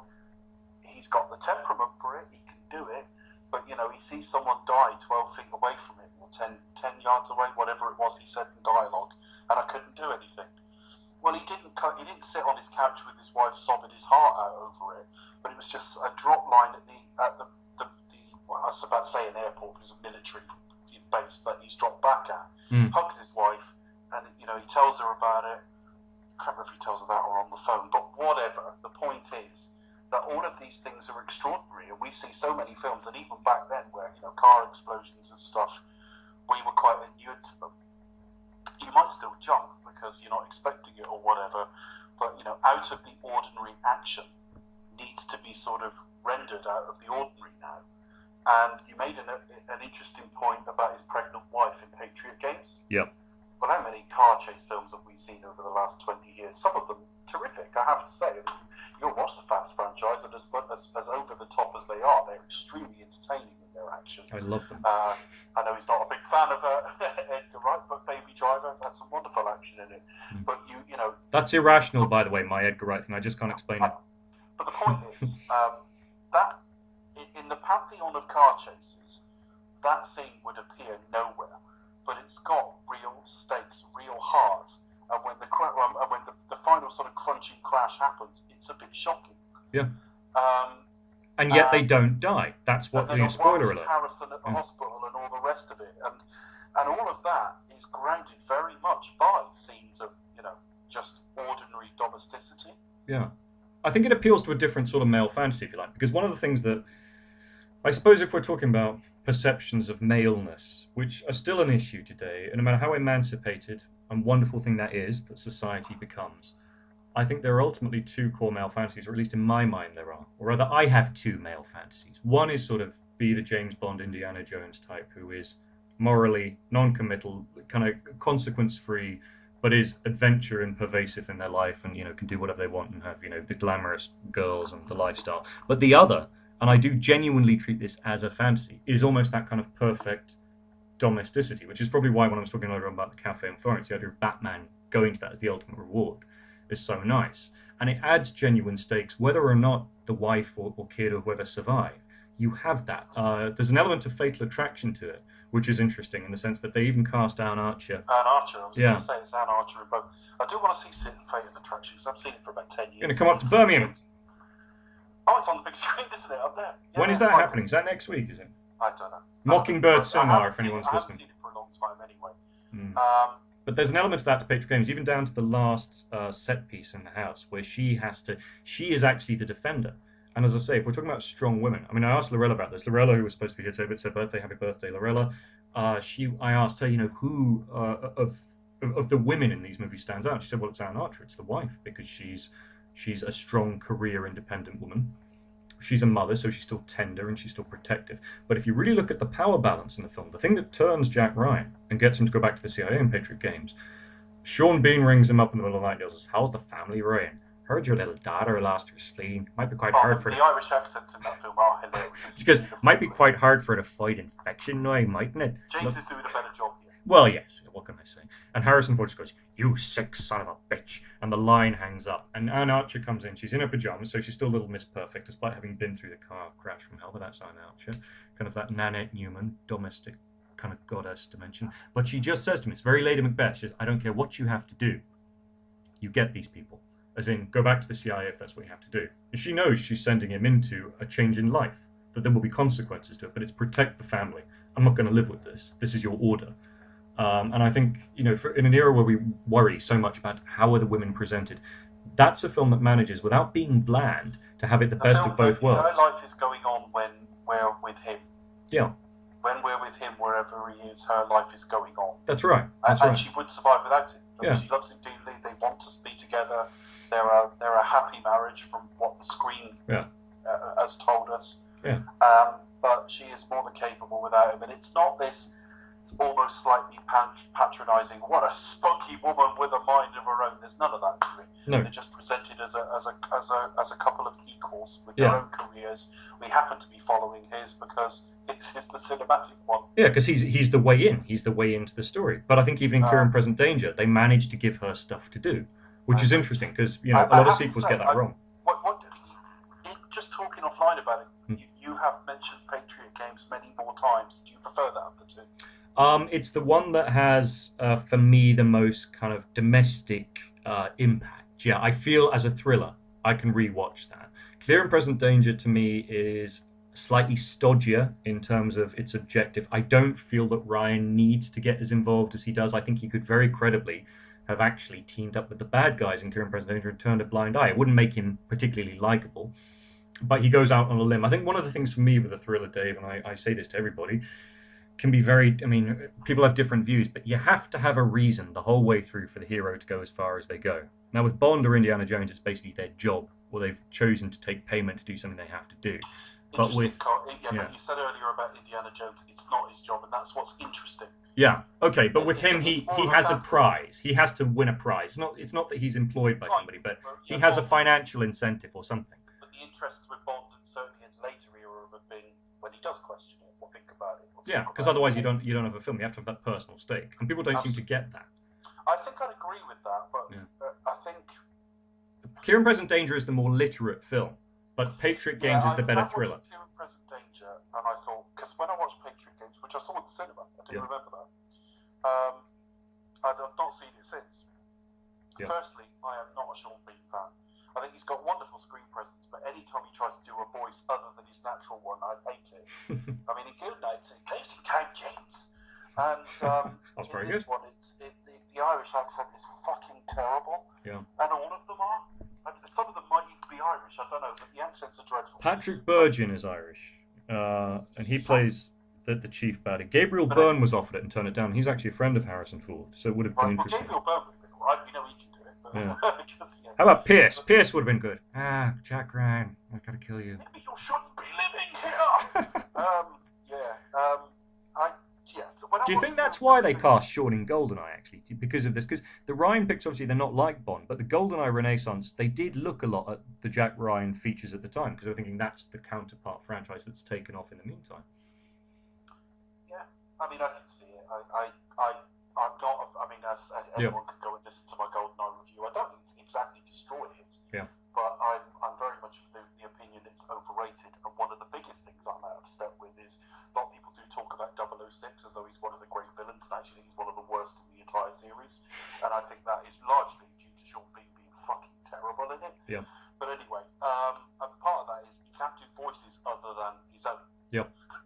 Or a very slightly posher, flatter accent version of his own, but only slightly. Boromir, no problem at all. But at that primal level, he's a threat in a way that in Clear and Present Danger, you kind of think, technically speaking... I would be scared of him. Yeah, but I wouldn't... I don't think there's an age he could get to where I wouldn't be scared of him. But that's the dichotomy, if you think about it, which is that, on the one hand, in Patriot Games, you're up against a small group of disorganized terrorists.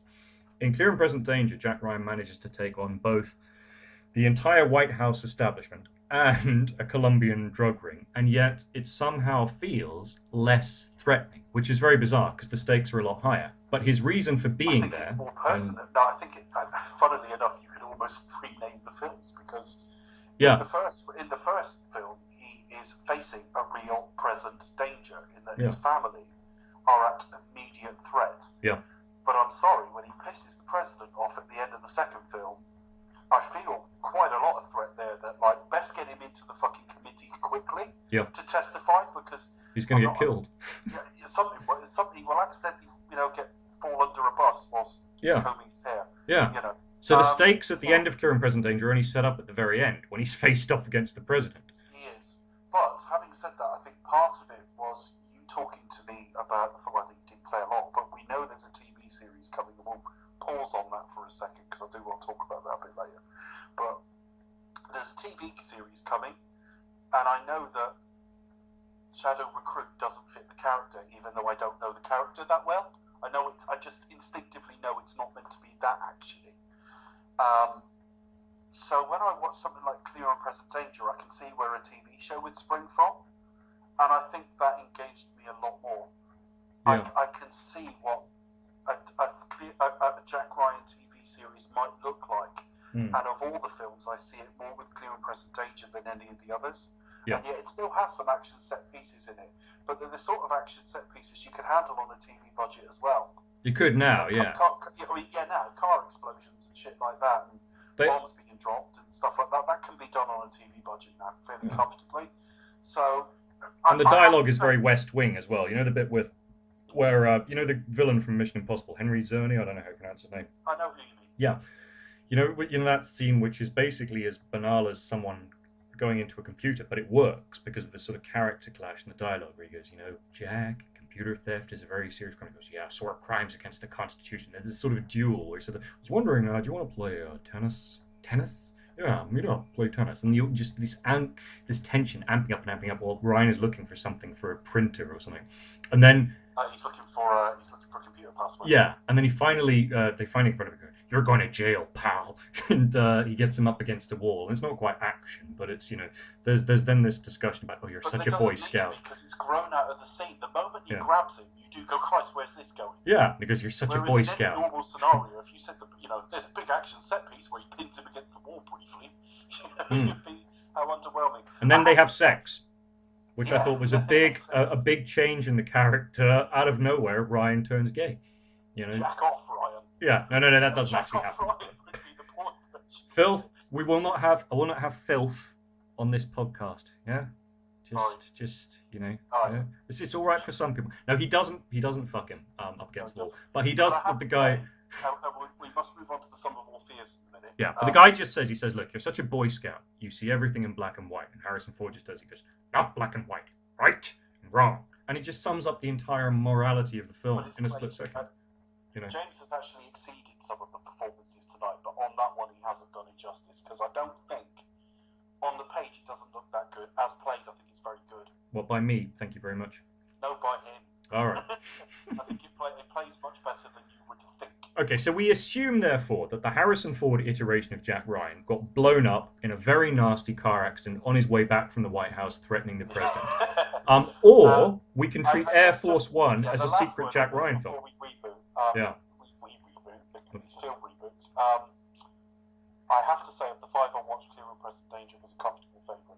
Interesting, but that's because you've got a brain. I've watched them in about the last 2 weeks, so I have to say it's not the greatest of tributes to the films, but I'm kind of forgetting them quite quickly. But I watched Clear and Present Danger today and really enjoyed it. Really enjoyed it. But then a film doesn't have to be memorable to be good. I mean, most movies should, by their very nature, be designed to be disposable. I don't know why today we have this obsession with everything lasting. Well, no, I mean, the fact I can't sit down and rewrite the script out for you is neither here nor there, but I would have expected elements of it to resonate with me a bit over time. And I'm struggling to remember what even happened in films I didn't see that long ago. What about Air Force One? Did you ever see Air Force One? The Harrison Ford one from '97? Yeah, I really liked it. Some people treat that as an unofficial Jack Ryan film, in the sense that A, he becomes president, B, it's made exactly 5 years or so after those Jack Ryan movies. It's when in the cycle the next Jack Ryan film would have turned up, and there have been no problems. And the reason there were problems was Harrison Ford looked at Some of All Fears and he said, look, we've got a real problem here, in the sense that certainly I felt that about halfway through you have a nuclear explosion go off, and there's no coming back from that. You can't then have the adventure. I felt very uncomfortable with that, and we couldn't retrieve the script. He was damn right, really, in some senses. He is right. I've seen The Sum of All Fears twice. I saw it. It came out in 2002. Yeah. I know for a fact I watched it on like Sky Movies or something. Yeah. So somewhere between 12 and 18 months back then, probably 18 months after it was released in theaters, it came out at home. So I would have seen it probably late 2003, something like that. I then did not see it again until about a week and a half ago. First time I saw it, I think Affleck's career was already heading for the toilet, because he'd had Daredevil that year, and the previous year he'd had Julie and Jersey Girl and so on. And I think it's overstated how bad all of those things are, but certainly by then, your expectations were so low when you stuck on anything with Ben Affleck in it that I quite enjoyed it. And I was a bit surprised. I thought, yeah, this isn't bad. The one thing about Ben Affleck is I've never thought of him as a leading man. No. I don't think he's the right person to be absolutely the forefront of a film. And whilst I'm not saying he's an amazing character actor either, I think he's much better in that sort of role or in an ensemble. Mm-hmm. Quite enjoyed him in something like Hollywoodland, where he is the lead, but it's not a leading man performance in the same way. Yeah. But I have to say, I watched Hollywoodland. It's going to be a very short conversation unless James has got a lot to say on it, because I watched it a week and a half ago, did not complete it, and loathed it. I Hollywoodland. really struggled with it. Of the 5 that we watched, Oh, Sum of All Fears. Yeah, really didn't like it. I struggled terribly with it. I couldn't get into it at all. It looks bizarrely dated for a 2002 film. Yeah. And it was just unengaging. I would take although Shadow Recruit has virtually no ambition as a film whatsoever, I would take Shadow Recruit over it. Yeah. Well, I think, it's a tough call. I remember initially not being terribly fond of it, but that was because I'm quite sentimental about a particular iteration of a franchise. I take ages to adjust to a new one. I whinge about it, and then I get into it and love it. I'm the same with Poldark now. I'm in love with the 70s Poldark. Yeah. Actually, Aidan Turner, of course, is an obvious, proto Bond, but I just think he's too obvious in the same way Clive Owen sort of, the look. He has a look, so what? Putting him off topic. I can't see it. But Sum of All Fears, I viewed it as the beginning of a new iteration, as it was intended to be. It flopped. Yeah, I think so. It flopped. When I say flopped, it didn't flop badly. Its gross is a kind of tidy, I think. I think it made back its money. My perception of it at the time was that it did okay, but we just never saw another one. Yeah, I think, the real difficulty was, it was released, they began production, I think, before 9/11 happened. They delayed the release, I think, partly because of 9/11, but at the same time, they had to go there because they'd started making the movie, and the world had calmed down a little bit. It's fair to safe to say a year later, like we were still on edge, but, well, yeah, I mean, Iraq had yet to happen yet, but I know what you're saying. People were, Christ, I remember when the Two Towers came out, people were furious. Because it was called the Two Towers. Yeah, they were like, why can't they call it Lord of the Rings 2 and be done with it? Yeah. All right, okay. But so there was still a bit of it around in 2002, but certainly at the time, something like Zoolander came out, and they had to digitally remove the Two Towers from shot. Yeah. The Twin Towers, sorry, Mark. Just going to They had to digitally remove it from shot. Because it was just, the whole thing was so emotive at the time. That's right, and I think a year on the one hand, the dust had settled, but it hadn't settled completely. And I know what you're saying, though, but people could hear a mention of it or something. Yeah. Something in a film could evoke it without everyone. Precisely, yeah. So they were able to go there, but they weren't able to go there completely. And I think as a result of that, you had a slightly ambiguous tone, you had a slightly ambiguous marketing and release campaign, and therefore, whilst they did respectively, it certainly wasn't a franchise starter by any means. And throw into the mix the fact that Affleck was developing new talents as a director and a writer, which of course he is, meant that I suppose his interest to push it, maybe to propel it forward, wasn't there. And of course it was also his old colleague Matt Damon's era with the beginning of Bourne, and then the beginning of the reinvention of Bond and so on. So it sort of fell, it just fell by the wayside because there was nowhere to go with it, really. There wasn't a huge momentum for it. Yeah, the Bourne Identity was the sort of big epoch-making spy event that year. Yeah, and interesting that the two Good Will Hunting guys had their, respective goes there. What I will say for it is that Affleck is among the most convincing, yet again, as an academic, because he was an academic of sort. He's a graduate of Harvard, I think. He's a writer. He's an Oscar-winning director, so you get that academic curiosity. He never comes off to me as like dumb frat boy. Yeah, not at all. You believe physically that if he were required in the field, although he's reluctant to be there, that he could kick your ass. He's the biggest of the. Same way as he is as Batman. Yeah. So you can believe behind a desk, but if you suddenly upset him in a bar, the chances are he'd wipe your ass. Do you some damage. And he actually reminds me of a good friend I had at Oxford who is the imageman and who's ended up, I think, in the Royal Navy, and who was both very academic, as in he could do ancient Greek in a split second in a way that I couldn't. But he had a capacity to just have a physical presence, not going around starting fights, but just you wouldn't want to cross this guy. I know what you mean, but you are aware that I've got to be a bit. Yeah. So I think that my problem with there's very few Ben Affleck films where Ben Affleck is my problem. Yeah. And this isn't one of them either. It just looks bizarrely. I tell you what, and this might be a 9/11 thing. It doesn't feel tied to an era at all. No. In that you watch the Batman films, particularly The Dark Knight, and it is George W. Bush's era. It just is. The themes of the film, the preoccupations of it, you know, and you see that a lot with different films, that you can place when they come from by visual cues and how much they've dated and film stock and fashions, but also just the way the story's told, you know. And there were other films from around the time of sort of the first ones we've just talked about that come out feeling kind of similar. Yeah. This film feels like nothing of its time. You had the death rattle of the original Bond timeline with Die Another Day, which was ludicrous excess. And then you had Bourne, which was really kind of lean and comparatively gritty for its time. And then you had The Sum of All Fears as this weirdly anchorless film that actually had nothing to say, really. Yeah. No, that's right, and it has nothing to say politically. That film could have just turned up anywhere, really. Well, the villains are a case in point, because they have neo-Nazis as the villains. And now, today, obviously, with what we're seeing in America, that's not such a fantastical prospect. But at the time, I think, in the studios, obviously it was being developed before 9/11. They wanted to have Arab terrorists, because in the book, I think it's an Arab terrorist and an embittered Native American and a fascistic right-winger. And they made it neo-Nazis because they said, no one believed that those groups would get together and harm America. Well, a year later that had changed. But today, The Sum of All Fears, particularly this weekend with the potential nuclear standoff with Korea and with a resurgent right wing on American soil, you watch The Sum of All Fears now and you're actually wishing for a Jack Ryan type character who, yes, is proactive and patriotic, and yes, has enough field experience to understand that you can't deny that war is a kind of a necessary foreign policy method sometimes, but not an aim, who can give a voice of moderation when you're facing, even in the midst of a nuclear attack, the need for a retaliation of some sort. The reality of the threat. I mean, this actually, it should have been really prescient. When you think we went to Iraq the following year, on the basis of rather dodgy intel, to say the least. That's right. And certainly a perception, I'm probably understating it to say the least, that the president wanted to go to war regardless of what the evidence was. That's right. Then it should have been very of its time. And I'm not even saying it should have something to say about the world. Yeah.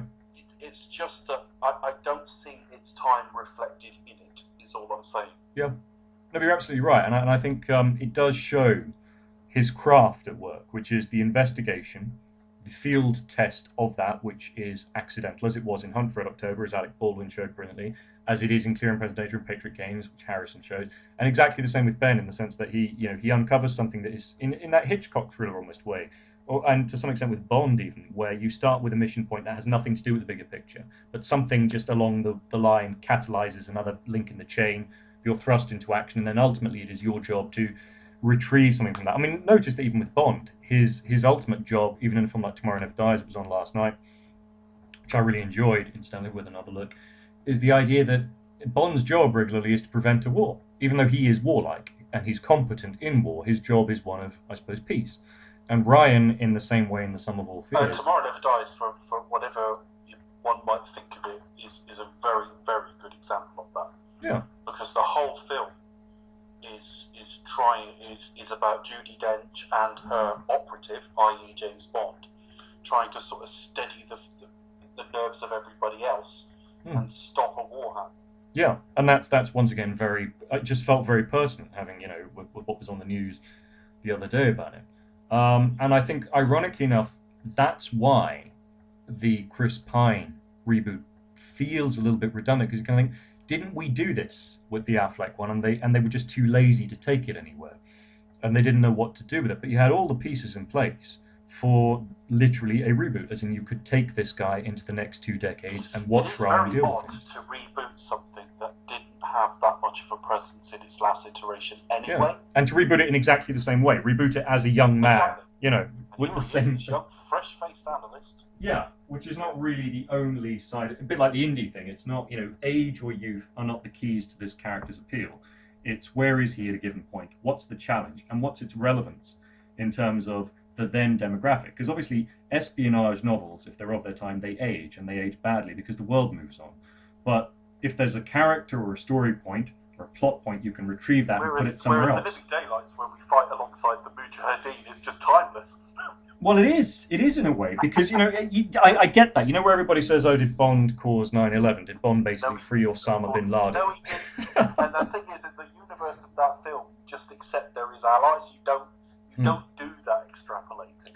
Although I would say, what a bloody interesting movie it would have made had Dalton continued in the part and been Bond, maybe post I think 9/11. I think what we do miss sometimes, and I'll finish this Yeah. podcast and then think of about a dozen examples that prove me wrong. Uh-huh.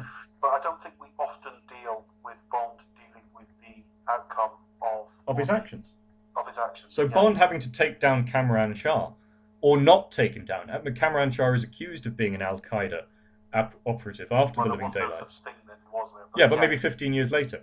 Oh, I see what you mean. Yeah. Would have been an interesting film, But hey ho. But yeah, obviously we ally with the allies of the time. Yeah. So my point is, you asked whether to go right back to the beginning, Dave. You asked about Clancy as an author. Does he have character points and plot points that you could retrieve from his books without either making a period piece to kind of literally make them or remake them, or B, can you transfer them to current events? And I think the difficulty is you can, it just didn't do it. Yeah, the difficulty is doing it right. It's not whether you can do it; it's just doing it well. Well, I was quite interested when you said again. I don't know the character as well. Well, other than through conversations we've had and the films I've seen, but I'm hearing, is it Amazon Studios? Amazon, yeah, with John Krasinski.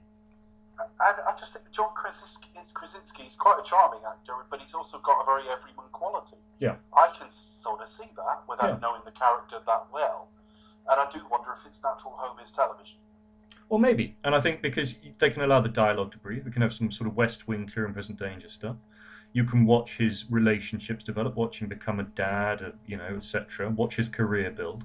And equally, if there isn't a second series, you've got enough television to go back to that character and enjoy it. I miss this character.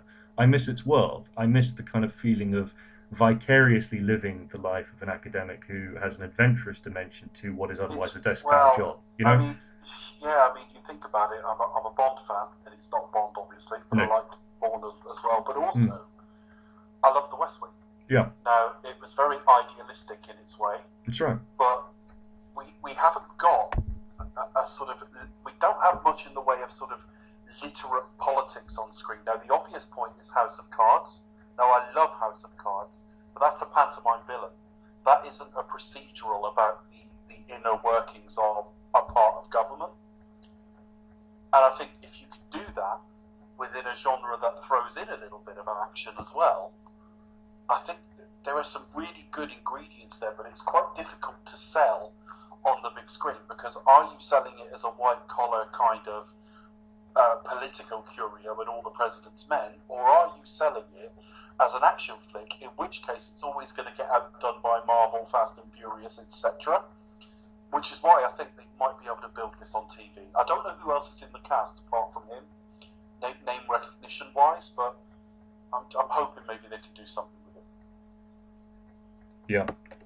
So I have high hopes for it. I don't want to second guess it or anything. I know that Chris Pine's idea was to go the Edward Snowden route, that they could have a story where his Jack Ryan would have dealt with the fallout of intelligence failings and the idea of where that goes. But I think that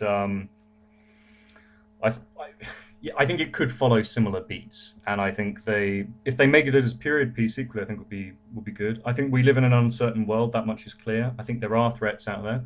I think it's a question for Bond or Mission Impossible or whatever. Who do you have them fight? Do you go literally to a literal villain? Do you have a representation of that, a Spectre, a Syndicate, whoever? It could go either way, and I think tone is one of the things that will really nail it. If it's going to be successful, it'll be successful partly because of tone and getting it right. And if it doesn't work, it'll once again. I'm looking at it here actually. It was only announced at the start of the year, so it's not due till next year. My first worry, but it's not a worry as you read on, is that Platinum Dunes are involved, Michael Bay's studio, but there you go. But John Krasinski's Jack Ryan, it's a series order for 10 episodes. It's going to be called Tom Clancy's Jack Ryan. And as Kathy, his wife in it, is Abby Cornish. Oh, she's lovely. She is lovely. What did she play that was very similar Didn't she play like a wife of somebody in that sort of position at some point? Oh no, I'm thinking of RoboCop, the RoboCop remake. Yeah. Which was awful. She'll be convincing as Kathy, basically. No, you can see it again. She's very attractive, but she could sell smart. The pilot will be directed by Morton Tilden, and that's a name I know. I need to go and place what it's best known. Oh, Imitation Game. You did the Imitation Game. Now, the Americans director Daniel Sackheim will direct multiple episodes and produce the series. You ever seen The Americans? Yes. That's a pretty decent show. That's Amazon as well. That is a reasonable. There's some reasonable points in that make me think that's got some hope. So yeah, we're going to get a 10-part Jack Ryan series next year. Yeah, I'm looking forward to it anyway.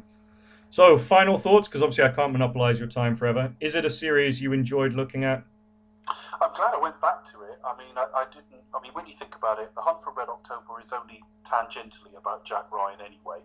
So it's more about Ramis, isn't it? Sean Connery. I don't think of that film as a Jack Ryan film. It's a Ramis film. It's a Sean Connery film. Yeah. But certainly I enjoyed the two Harrison Ford entries. I think, unlike yourself, I enjoyed the second one more than the first, but they were both fine. Some of All Fears I'll probably never watch again. And Shadow Recruit just didn't have enough to justify it was remarkably unremarkable, I think, is what Shadow Recruit was. is. Yeah. It's very forgettable. I mean, I recognised some of the visuals when I watched it again, like Branagh's Office, and a couple of things like that. I thought, yeah, I remember seeing that. But there was enough in these films, and I'm talking Clear and Present Danger era, really, that please give me a television series of that. So yeah, it's been quite good from that perspective. Yeah. Well, it's been fun. It's been great. Do you want to shout out what's the in the unlikely event that people don't remember from last time? Do you expect us to talk? That's the name. Is that the hashtag or the line thing? Do you expect us to talk? Is a film retrospective series. Having said that, it's very lewd. Let's be honest. But it's myself, Chris Byrne, Rebecca Andrews. We're currently about to start Star Wars in a couple of weeks. What else? We've just finished Batman, and then we're doing a commentary for Batman next week. Oh, wonderful! Which one? Which one are you doing? Batman and Robin. I can't wait. Can't wait. Do a commentary on that. Yeah, we just did one because we started off as a Bond series. Between series, we do a Bond one as well. So we just did You Only Live Twice, which is how that got mentioned tonight. We are at Expect Us to Talk on Twitter, facebook.com/Expect Us to Talk. Wonderful. Okay, well, thank you, Dave. I'll have to devise an equally epic idea for the next one, and I look forward to it. And I hope that your current run of fantastic luck continues in the week ahead. Always a pleasure. Thank you so much. Thank you very much. Take care, buddy. Bye-bye. Bye now.